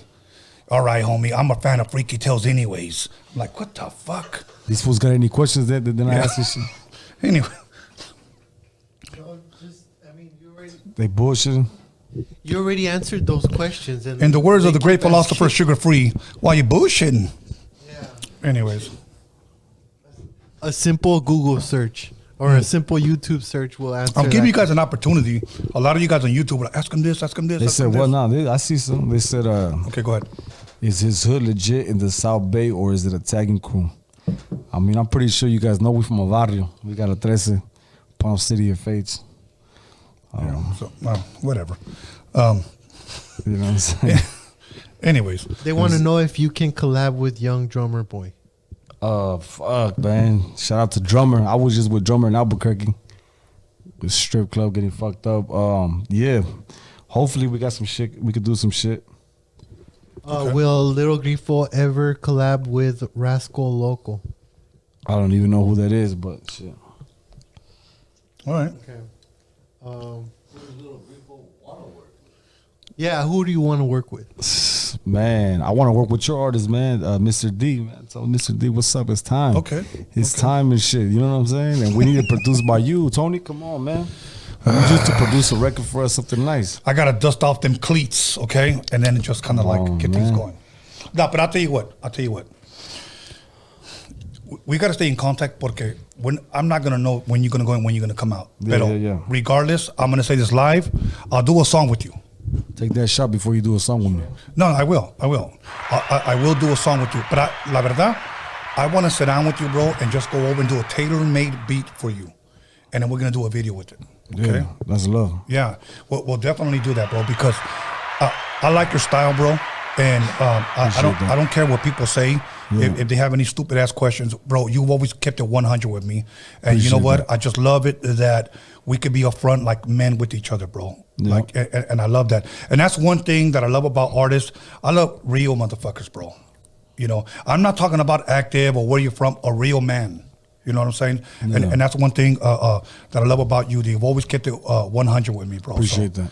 So yeah, we could definitely fucking work, man. And D's a dope artist. D's a real fucking, you know, and I wish D nothing but the best. Hopefully that guy fucking blows up. You know what I'm saying? Hopefully you fucking blow up. Yeah. You know? You still managing him and shit? No, I was never managing. I was just producing. And I did what I had to do. And, you know, he's going to be coming out with some heat. So hopefully that shit works. Yeah. Hell yeah. Shit, if you could connect the dots for us, I'll be loved. All right.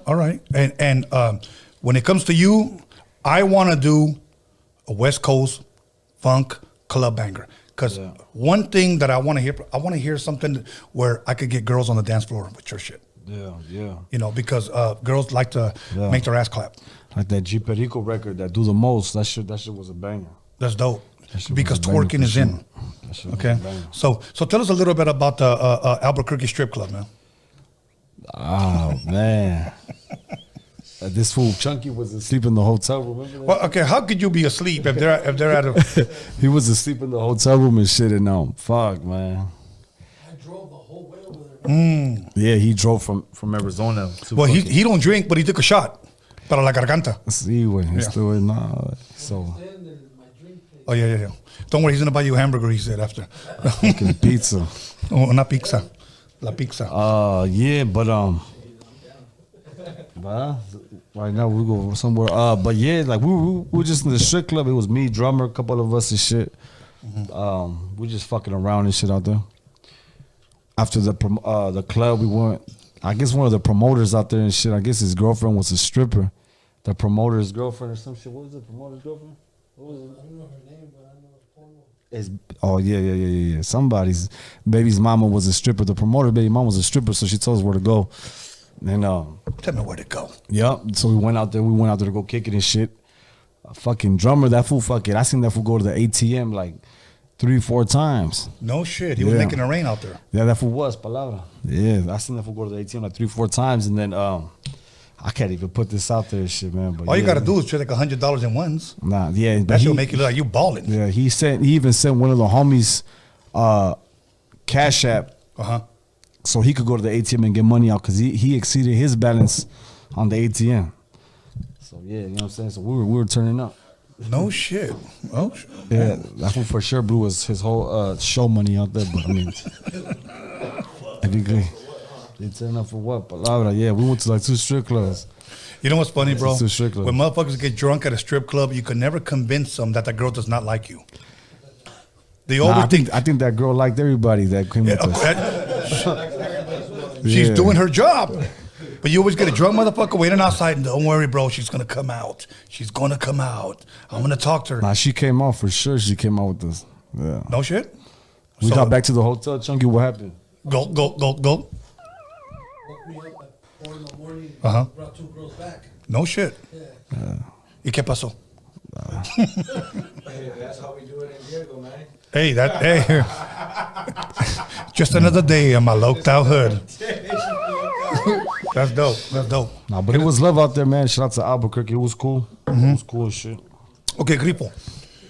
That's a question I want to ask you. As far as you know, going outside of LA, San Diego, whatever. Yeah. How do the fans respond to your music, bro? Like when they see you, hey, what's up, carnal? ¿Cómo estás? You know, is there a lot more love out there than it is in your own barrio? I mean, it's love everywhere, to tell you the truth. Even in my hood, it's love. It's just, I feel like where I'm from, I'm always on the defense side just because of the simple fact that, like, we grew up already in the day and age where we were out there really gangbanging. Yeah. And we were out there, we grew up on those streets where we were, you know, doing our dirt and this madre when we were young. So, right. Mandatory, we have like PTSD type shit in those areas. This is my last shot, you guys. You know, make sure you pour it all the way to the top, man. Yeah, Come okay. on, Hold on. Okay. Hell yeah. And my birthday's this month too. Hey, give one to my homie TAT2ENVY. I got He wants to say some of that bottle. Yeah, no, go for it.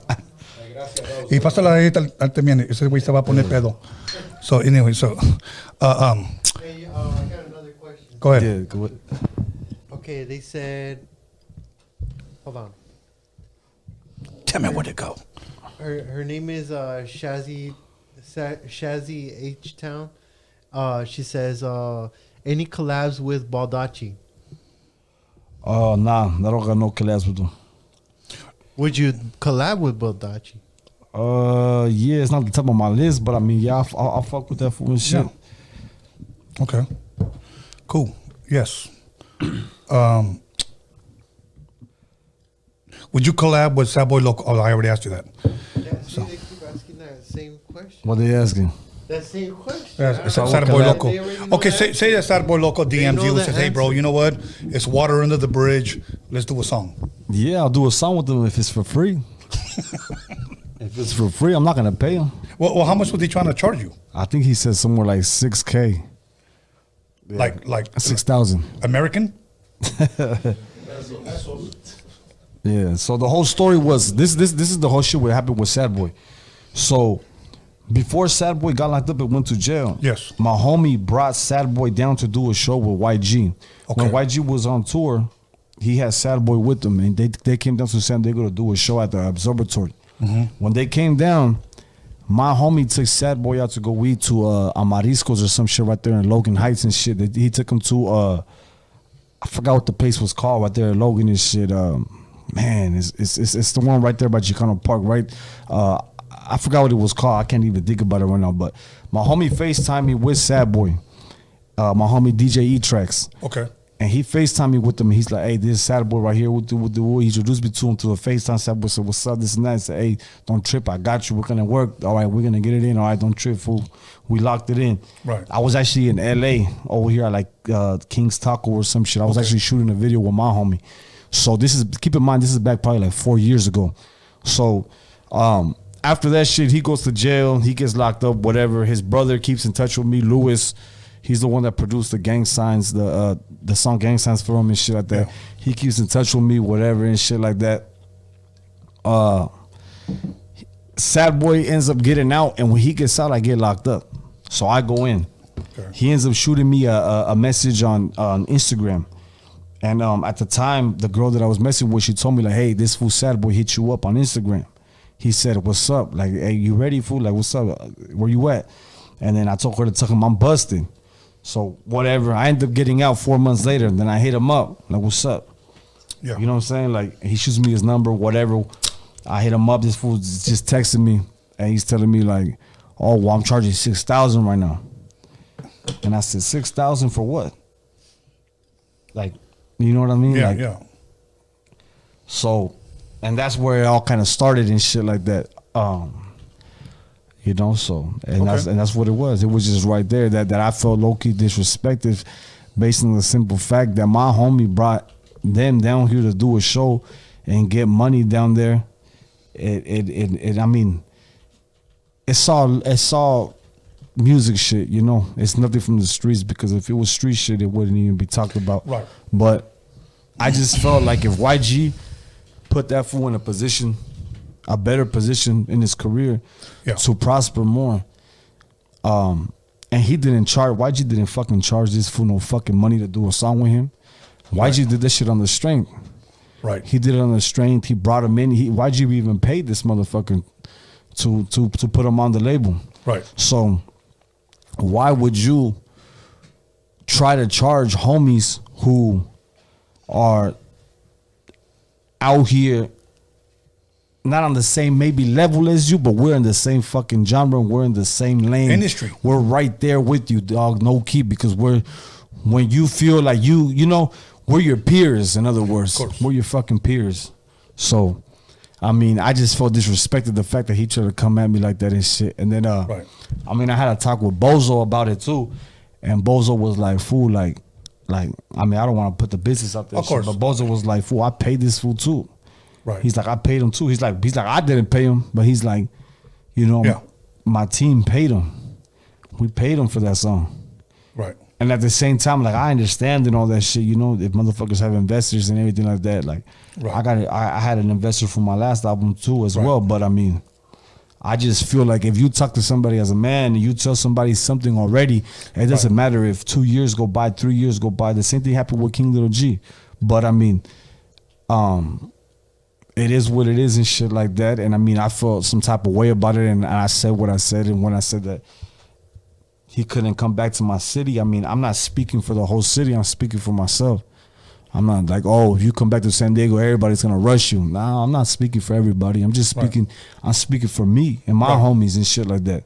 Right. And not even on set tripping shit. I'm speaking on some like, you know, just on not no set tripping hood shit. Just man to man. Yeah, on some G shit. Okay. You know, so. Have you spoken to him ever since that? Yeah, that fool DM me probably like after I did that interview with Cal Capone, he hit me up and he's like, all right, fool.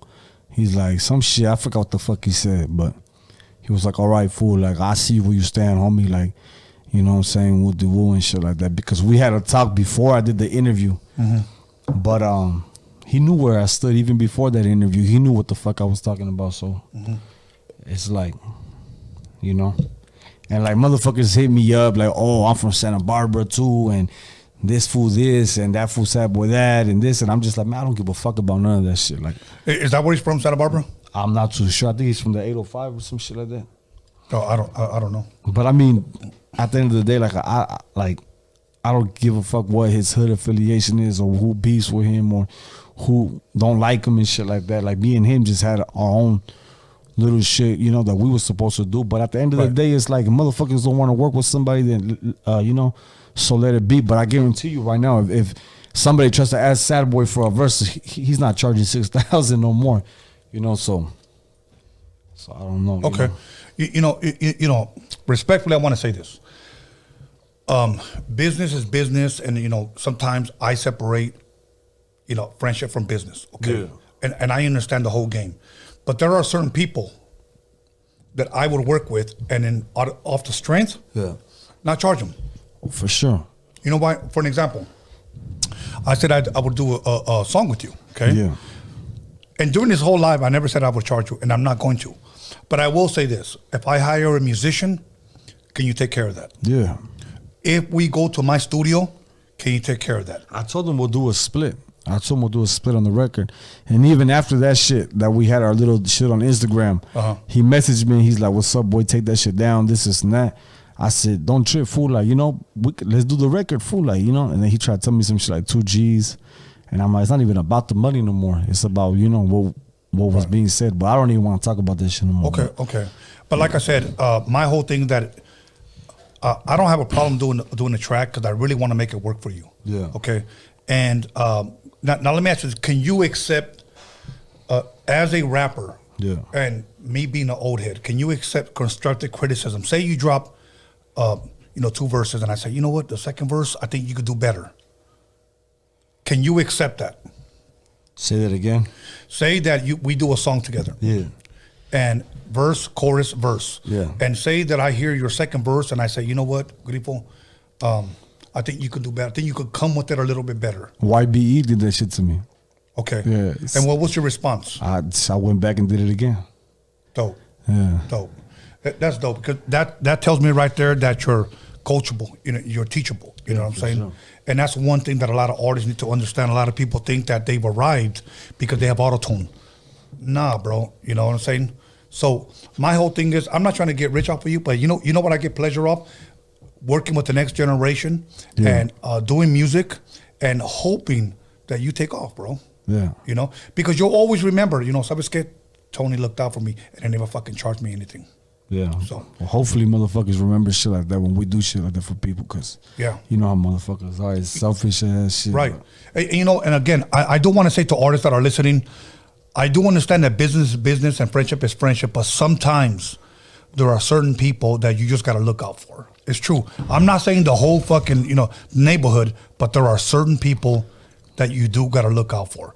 And it's hard because it kind of puts you in a position where like, fuck, okay, cool, I get it. Let's do it, you know, fuck it.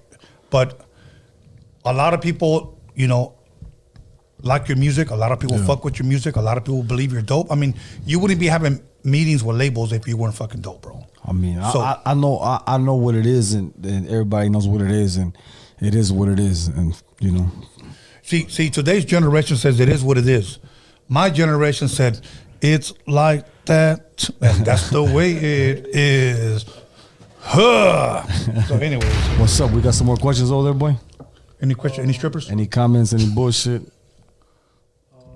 Will I take this sip? I'm gonna take a sip. Well, let's just ask. Is there any more questions? Hey, Like Eazy-E? And while I'm on here and shit, man, while I'm on here too, I want to give a shout out to the homie from Real One Entertainment. We have a whole project coming out too, and it should be dropping in the next 30 days. So shout out to my homie. What's his name? My homie Clumsy. Okay. My homie Clumsy from Real One Entertainment. Shout out to my homie Clumsy and shit. He's coming home soon too. So just watch out for the homie. He got the Real One candles. He got the whole shit going on. So he's definitely gonna be making some noise out here in the streets when he comes home and shit. Okay. So. Okay. Other than Little Rob, any other San Diego rappers you want to work with? No. Well, alrighty then. Okay. Well, okay. What about like let me name some labels out here, and maybe maybe you might want to work with some other artists. Yeah. Southland Gangsters. Nah. I'm sorry, nah. Okay. Was it like Mr. D and shit? Correct. Shout out to Mr. D. Okay, yeah. Mr. D. Then we have High Power. Anybody from High Power? Nah, I don't know. Okay. Anybody from what's that one called? Crime Family. Nah, man. But shout out to Mr. Criminal and shit. But nah, I don't. Okay. Anybody from Low Profile Records? Nah. There's got to be one. I don't even know what that is. Oh, all right, cool. Whatever. All right.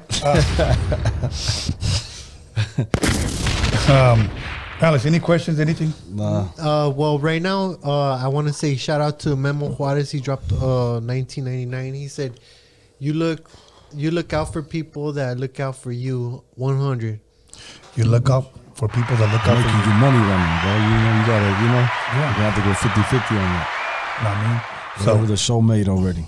Yeah, we're gonna have to go 50-50. So everybody, drop it on the live chat. Pretend you're at a strip club. So, hey, read the comments for real, cause I see all these comments and shit, dog. And go ahead. If you see some good comments and you want to address them, go ahead. Yeah. Okay, well, I mean, it's just that I see comments that people make that you already answered the question, so there's no point in even asking you. We could run it back. It don't matter. All right, go for it. Do you see any? All right, there's a guy. That dude from a fake account, of course. It says he's too cocky and he's not even good yet. He said yet, so that means he believes in you. Yeah, he does. Thank you for that, because you're a believer. Okay, so he's too cocky. Do you think you're cocky? Or see, there's a difference between cocky. Okay, there's a difference between cocky and confident. I just think you're confident. Yeah, I got a dick in between my legs. You know what I'm saying? So I mean, we should carry ourselves like we got one, right? There it is. There. And if you want, we can measure it live on Roadium Radio. You're gonna have to follow the OnlyFans. Only Grifos. So, any other? That's hilarious. There's more, bro, because I see them, but yeah. Go. Yeah, of course. They just you just answered the Mr. Criminal question. They want to know if a collab. Let's see. Serious question. Would he collab with Conejo?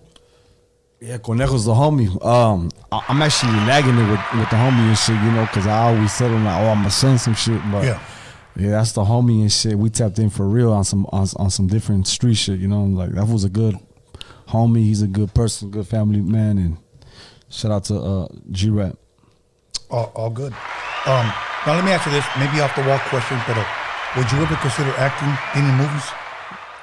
I mean, shit, if the possibility came up, hell yeah. I mean, would you? Yeah, hell yeah. I mean, I don't know if they're gonna want an old fool from the old school, but yeah, there's always a position for somebody, homie. You know what I'm saying? Would you collab with Cujo? Shout out to Cujo. Yeah, I was with him probably like it's been like 4 months. We were in the studio and shit.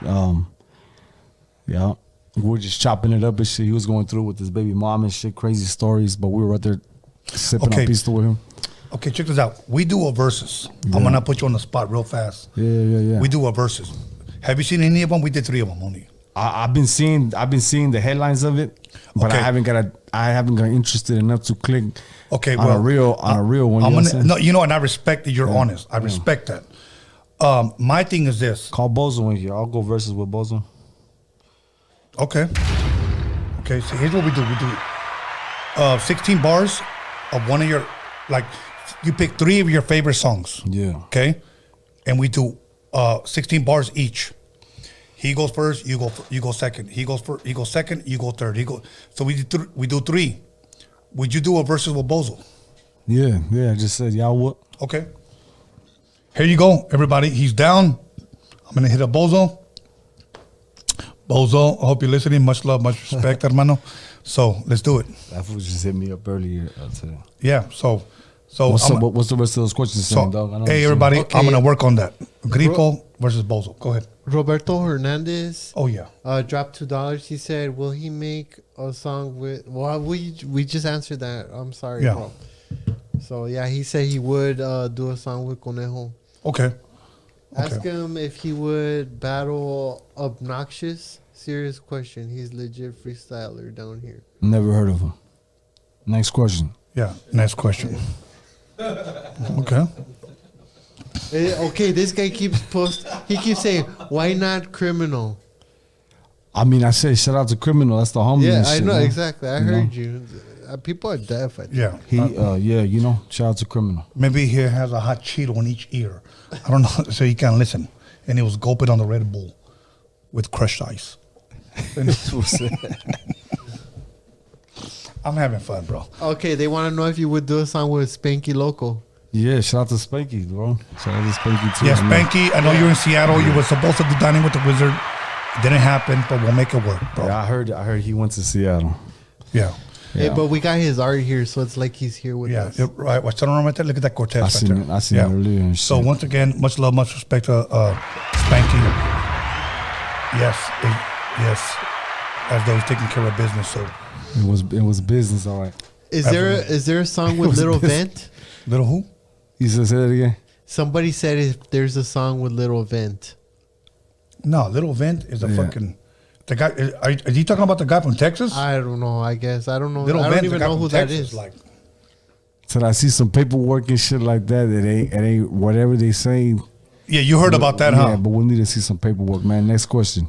Yeah. You want another one, bro? No, I'll take one more. A ver. Let's see. Ya mero se acabó. All right, would you collab with Sick Jackin? Would you collab with Come Sick? on, man. That's a given. It might be the last. She is not. So go ahead. That's the given. That's a given out there, you know. Okay. Let me see. Okay, well. Any female that you would want to collab with. Any female. Okay. All right. Is there any underrated artist? You mean like a Heina and shit? Yeah. No. Just a Heina. Is there any Heinas that you would want to Chicano Heinas that you would want? Well, shout out to what's her name? What's homegirl's name? Erica for B&B. Oh yeah. She's management. She's been playing with me with the Bella feature and shit, but I'm over that shit. I don't want the Bella feature no more. You know, even though she came to the city, did her thing, you know, rocked the shit. But you know, I got love. Were you were there? No, I was not there. Okay. No. Okay. Well, shout out to Erica. Erica, what's up, man? I need that. Erica B&B. I'm gonna tell you what. Let me talk to her. No, man. Some other no. No. Y'all wait. Okay. Yeah, I'll wait for it. All right. Hey, cheers, guys. Hey, cheers. Salute. So. Okay. Well, at this time, once again, where can they get these sweaters at if they want them? Yeah, Street Made Gear. At Street Made Gear on Instagram, just click the Shopify link in the bio. Okay. Get yourself some shit, man. We're gonna send it out to you ASAP. Absolutely. And they can follow you at where? Lil Grifo also. Once again, it's on. It should be on the description or on the page right now. You got what you guys are watching right now. So other than that, and you can follow my new page, Tony Vision. And once again, this is now my 6th page. What happened? Because I see you. You know, you have to repost and shit all the time. Yeah, bro. What's going on? What's going on, Tony? We got haters. Yeah, that's all. My boys got haters. Yeah. I got haters too, because my shit's about to get deleted. I just don't get it. I've never had an Instagram page longer than 1 year. Hey, check this out. I was at 22.8 followers. And Yeah. Boom. Packed. Yeah, bro. So it's what it is, bro. And it fucking sucks, but. Now I'm almost at 6K. Bro, I'm not even at 3. Don't trip. You got a shout out right here. You got Grifo. You got. Yeah, bro. Yeah, Tony had to ask me. Yeah. I'm fucking around. No, it's true, bro. I said, you know what? Because Here's my thing, bro. I shine light on people, but you got hating motherfuckers are like, let's do away with his ass. Yep. And if you feel that way, like, is your life that bad? Like, is your life that you got to sit there and you know all the ins and outs on Instagram? I know how to get them deleted. Just buy me a 4-pack of Red Bulls. This will say Grifo, grape or strawberry jelly in the pen.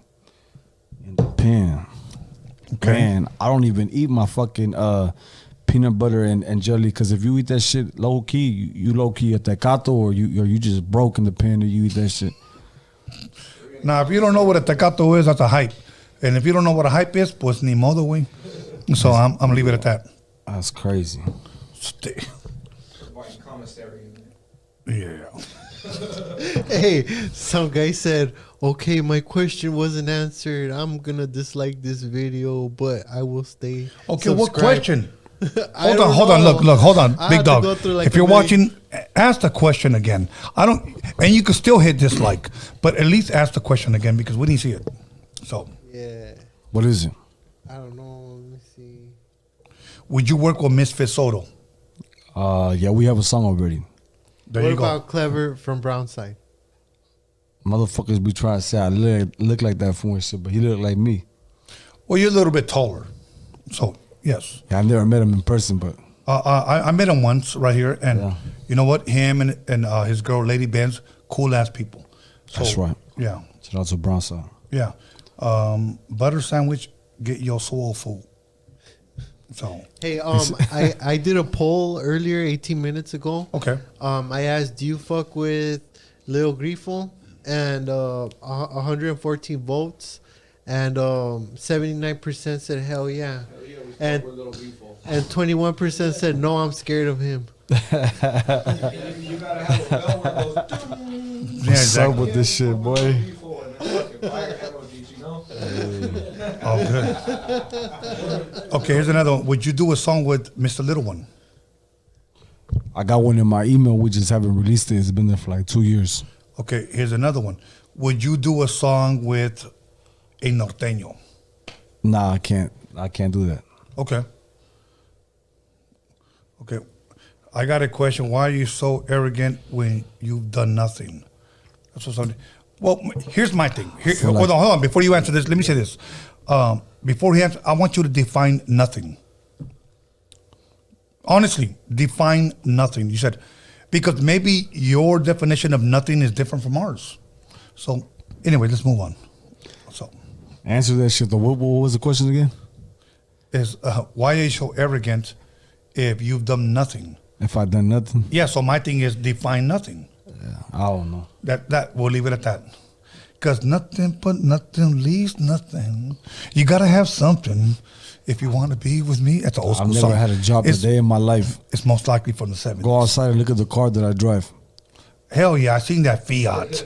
That shit is clean. Which one? The blue one. The blue what? Fiat. It's not my motherfucking car. What the fuck this one's talking about? What was it? What was it? A Fiat? What? No. I seen that fucking Lambo. That motherfucker. Hey. Yeah. That's crazy, man. Shout out to everybody, though. Because Is if your- it wasn't for these motherfuckers commenting, I wouldn't be shit.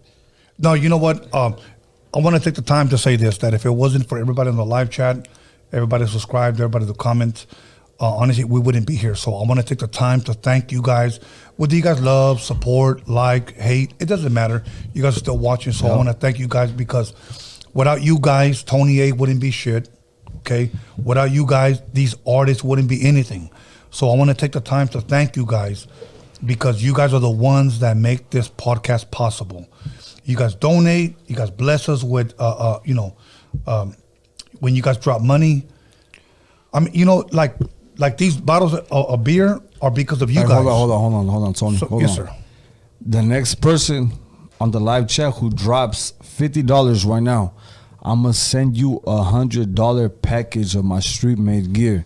So if you drop $50 right now on Tony's foundation donation live chat, I'm gonna send you $100 street made merch box. So man, palabra, like in 5 minutes, in the next 5 minutes, if you drop $50 on the homie shit. The first one. No, the first, second, third, whatever. We're only doing 3. We're only doing 3. Yes, sir. Okay. If they drop 100 too. Oh, yeah. And then the homie Tattoo. And then the homie Tattoo2ENVY said that. Okay, Roberto Hernandez dropped the first 50 right now. Okay, there you go. Roberto Hernandez, please email me at roadingradio@gmail.com, por Yes, favor. So, somebody named Sunny B, please email me at roadingradio@gmail.com with a screenshot that you gave, and we'll get that out to you. Yes, sir. Yeah, we got that. Honestly, we'll make that work. So once again, we had 2 people. You're only allowing 3. We're only doing 3. Okay, we're only doing 3, so the next person gets it. Okay, so we got 2 people already. Yeah, 2 people. Yeah, yeah. We're only doing 1 more. Okay. Oh, somebody dropped it. Psycho Realm Jedi Trick. So just make sure you guys send the addresses and shit. We're gonna Yes. have my people send that shit out. Yeah. Yeah, so 3 people gave. Roadiumradio@gmail.com. Thank you, bro. And if you guys want to keep dropping 50s, pues ni modo, keep dropping them. This shit would be like for menudo on Saturdays and Sundays. Yeah, but for sure, we got you with the streamer and merch box ASAP. Absolutely. Grifo, before, when do you have court, bro? May 18th. May 18th, yeah. Okay. I want to have you back at least for Dining with the Wizard, bro. We Okay? have to. Mandatory. Yeah. And you know what? I want to do like some straight Mexican shit, like either pozole, menudo, or something like that. I'm going to bring you a 1942. Okay. Yeah. Please. And then we just like fuck it up. Would diss the shit out of motherfucker. Now I'm only playing. So anyways, but yeah, thank you 3 that dropped those $50. As soon as you guys give me your info at roadiumradio@gmail.com, once again, hit me up with a screenshot that you gave, and I'll send it to Lil Grifo, and he'll mail that out to you. So thank you. Much love, much respect. And once again, I want to say that if it wasn't for you guys, we would not be live on the air. It's only because you, Raza, are out here supporting us, taking care of us, blessing us, that we're able to continue to keep this going. So other than that, you know, I want to support all Raza podcast. Matter of fact, look, Tony, we're going to do 1 more person. Okay. So I'm accepting 1 more person. So we're going to send out 4 boxes with $100 merch in total. So if 1 more person wants to go ahead and send another 50, we could do it. However long, 2-3 minutes? Yeah. We got a couple of more. So the next person, once again, Lil Grifo said it. He said it live. Drop 1 more 50, and he'll send you $100 worth of merch. So, like, believe me, if I got one of these right here, come on, man. So, $50. I'll do a tap. Okay, I'll tell you what. And 2 gets you a bigger tap. oh my God. Yeah, it's love, man. Yeah. TAT2ENVY said if you drop 100, you get a. Tomorrow. If you drop 100. At 12 noon. That's enough time.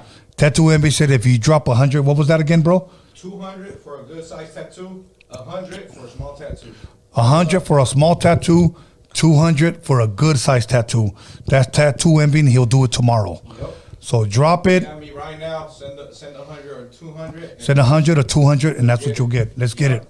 So if you don't want no tattoos, pues, Still send them. you know, go to la maquinita and put a quarter in and get a tattoo. You know. So once again.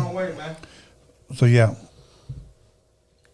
Who would he do a song with Tony? Yeah, I already said that. I'm gonna do a song with him. Yes, sir. I'm gonna do a song with that. So once again, whoever drops, who's dropping the 50 or the 100? Once again, if you drop 50, 1 more 50, you get $100 worth of merch from Grifo. If you drop 100, TAT2ENVY said he'll give you a small tattoo. If you drop 200, a good size tattoo tomorrow. So who's looking for a tattoo? If you want your nalgas tattooed, if you want your punani tattooed, if you want your... Is there any more questions on that bitch? Do a song with Santa Fe Clan. Yeah, shout out to Santa Fe Clan. They're fucking it up in Mexico. The motherfuckers go crazy. What about, would you do a song with Doughboy 909? We got a song already. Me, Doughboy, and Inhale, Nate Dogg's son. It's called Fold. Never Fold. Okay. Once again, we got about 5 more minutes before we get the fuck out of here. Yeah. So once again, if you want to drop $50, you get $100 worth of merch from Lil Grifo. If you drop $100, once again, you get a small tattoo. But if you drop 200, you get a big size tattoo. And once again, like, you can't beat that. So it's up to you. If you want to get your fucking portrait, even for a 200, portrait for 200 is. They normally go for 8. Damn. Yeah, they normally go the for homie gets off. Palabra, 800 and That bell. Damn. Yeah, ring that bell. They $200 for a portrait. I got the 200 right now. Tell you. Yeah. Check out the portfolio. That shit is a big resume. Yeah. So once again, $200 for a portrait. That's street made. That's street made. $200 for a portrait. For a portrait. Damn. Fire right there. Yeah. So it's up to you. So, anyways, Hey, El Compita 11 is gonna get blocked right now. go ahead. Who's spamming? Good. So other than that, once again, if you want to get a, Set me up though, Tony. Set me up for the dining with the wizard. yeah, I will, bro. I will, most I was gonna definitely. bring you some shit from MTO, but Okay. fucking the other homie too that owns the shop. You know him already? No, I don't. Good I don't. people, bro. Good people, but they want you to come down there and get a feel of down there and. Okay. You know what I'm saying? And No, I'm get down to go. there. I'll tell you what. Before you go to court, I'll go down there. Yeah, But maybe for that dining with the wizard, you could bring the chicken. I'll be dope. Nah, You know what I I'm don't saying? want no fucking chicken for no dining with the wizard. Okay, pues no. I want.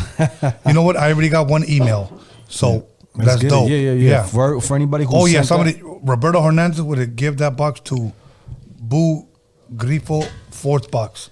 Somebody dropped another $50. Fuck. Let's go. Let's get it. Let's get it. Hey, I don't got no more merch, so we gotta shut that shit down. So we got 4 boxes, so we're good. Yeah. So now, if once again you want a small portrait tattoo, small tattoo, $100. If you want a big tattoo for $200, portrait. Once again, go on, get it. So if not, we're out of here. You snooze, you lose. You snooze, you lose. We're doing it tomorrow. Okay. So once You again, can't say the best. A portrait from TAT2ENVY, 200 ain't nothing. exactly. Tattoo envy, like that shit ain't nothing. Like seriously, if you want to get like Putin on your chest, he'll do it. Okay. If you want to get Trump on your right, Tyson, you want yeah, whatever. yeah. If you want to get Trump on your right booty cheek, Or somebody like in your family passed away and you want a memorial tattoo, hit me up. Let's yeah, go. exactly. So I want the piece of ear that what's his name bit off. the Mike Tyson bit off. Hey, read these read these comments, boy. You're not reading the comments and shit. I see all kinds of crazy shit. It's going too fast. So that's what she said. All good. All good. Collab with Mr. Shadow. Collab with Larry the G. No, Lottie the G. Larry the G. Damn, wow. I always fuck up. Sorry, bro. Andas pedo, güey. And then we got dining with the wizard tomorrow. Yeah, I'm good. Okay, a ver, dime. Lottie the G? Yeah, sure. Why not? Absolutely. Santa Ana in the building. Okay. So we got the 4th gift box, right? Yeah, the 4th. That's it. There we are. Yeah, we're Nos good. arreglamos después. Look, make sure you guys email me, okay, with proof that you gave on roadiumradio@gmail.com. If you don't email me, I cannot send you the shit. You have to. I got one email so far, so email me. I'll check them tomorrow, and your shit will get sent out. So, other than that, somebody. Who's Stalker Local? That's the homie and shit from National City. Okay, they want to know if you could hook them up with Tony. I'm gonna line that shit up. Okay. It's a good ass homie. Okay, that'll good work. ass homie. That'll work. I seen that under the ass a couple times. Yeah, no, sorry. I seen it, but I I'm see not people pedo. talking shit. Yeah, they asked a couple times. That's the homie though. He's solid ass homie. We got a few spammers on Okay. here. 1999, Memo Juarez. Tony, get yourself something for your birthday this month. Thank you. Thank Hell you, yeah. bro. Yeah, my birthday is March 28th, and we're going to do our first drinking with the wizard on my birthday. Where do you do that? We're going to do it here. We already drink here. No, but you know what? We got to do it differently. Do it differently. But on my day. All different drinks, all different drinks. You can't eat from when you wake up. You can't eat shit. I'll go bring the dancers. We're not eating. Yeah, you got to go on a 3-day fast before my day. Then you got to drink. You're gonna pass out as soon as you open the bottle. Está bien. It's okay. So you got to go on a 3-day fast, and then we're gonna drink peyote. So I'm drinking some fucking Hey, nah, but real shit though, man. I appreciate you, bro. Thank you, my It's bro. love every time I come. Thank you.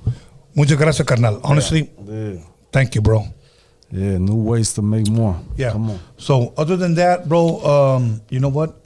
Any shout outs you want to give before we, tap the fuck out? Hey, man, shout out to San Diego. Shout out to LA. Shout out to the whole West Coast. Diego, the Bay, LA, all the way back down to Tijuana. Shout out to all of Mexico. Shout out to the East Coast. Shout out to everybody, all my raza out there. Big shout out to my homie from Real One Entertainment. Got an album on the way. Shout out to my homie MTO. We signing big shit. We got a project on the way as well. And man, shout out to Roadium Radio. Shout out to my homies from Norwalk. Shout out to my homie Chunks. Shout out to OG Pam's TV. Shout out to my homie CALI also, or rest in peace, and it's all love. Street Man, 619 in the motherfucking building. Let's get it, man. Let's get it. Let me give a shout out once again to Lil Grifo, and once again to ¿cómo se llama? Alex Cervantes Enterprise, my son Beast Scandalous, for helping me promote this. Anthony the Hip Hop Jedi, and Norbert once again for helping me, with all this shit. You know what I'm saying? Norbert's like a new member to our team, and once again, TAT2ENVY, I cannot forget him. TAT2ENVY, thank you for coming through. Shout out to my homie TAT2ENVY, man. Shout out to my homie TAT2ENVY. Much love, much respect to you guys. My homie. If you guys want to get a tat, make sure you guys got to hit him up. Once again, Oceanside, San Diego, stand up. Shout out to Oceanside, 760-619. Before we go, somebody one day might look back at this and be like, damn, I could have got a tattoo from this guy for $200. $200. For $200, but you know what you guys fucking slack. You're a slacker. One of the day deal. I work with NFL players. They pay way more than that. I swear to God, my homie's hard. Hey, Palabra. $200 ain't shit. That's the $2 from you right there. Hey, but don't even. It's Hey, for the homie's birthday. but palabra. Yeah, it's not even after nature, but you know what though? No money like that, but it's just Yeah, we good. Exactly. Hey, but just letting people know. Just letting people. You guys want to review this interview tomorrow and be like, fuck, I should have. Yeah, I should have gave. Exactly. I could have got the Pokemon on my back. Even the people that know me from the city, from everywhere to LA, they're Hey, gonna know. They'll be like, fuck, but the street mate deal with the $100 box is over with. The homie that got the $200 portraits is still going on for the next 24 hours. So if anybody wants to lock that shit in through the homie's email and shit for the next 24 hours. Even if you send it after the live, I'll still do it for $200. Yeah. Once again, straight to his Cash App, email, whatever it might be. RoadiumRadio@gmail.com. Hit me up.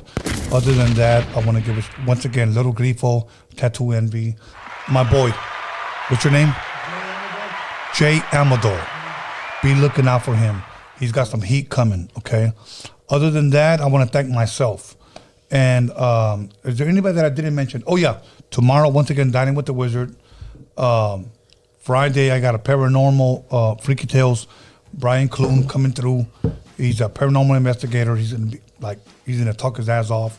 He's gonna make you believe if you're not a believer. And then Sunday I got a actor coming through. He's hosting the To Live and Die in LA, and I got the guy putting it all together, Frankie, coming through once again. We're gonna be promoting To Live and Die in LA, and so you To guys live and die in SD. Exactly. And To other live than and die in the West Coast. Absolutely.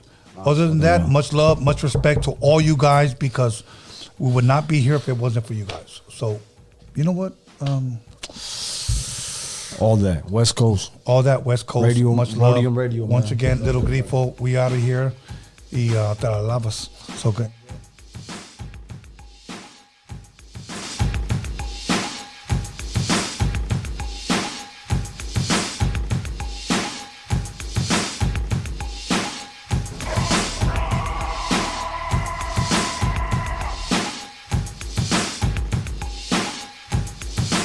Real trap shit.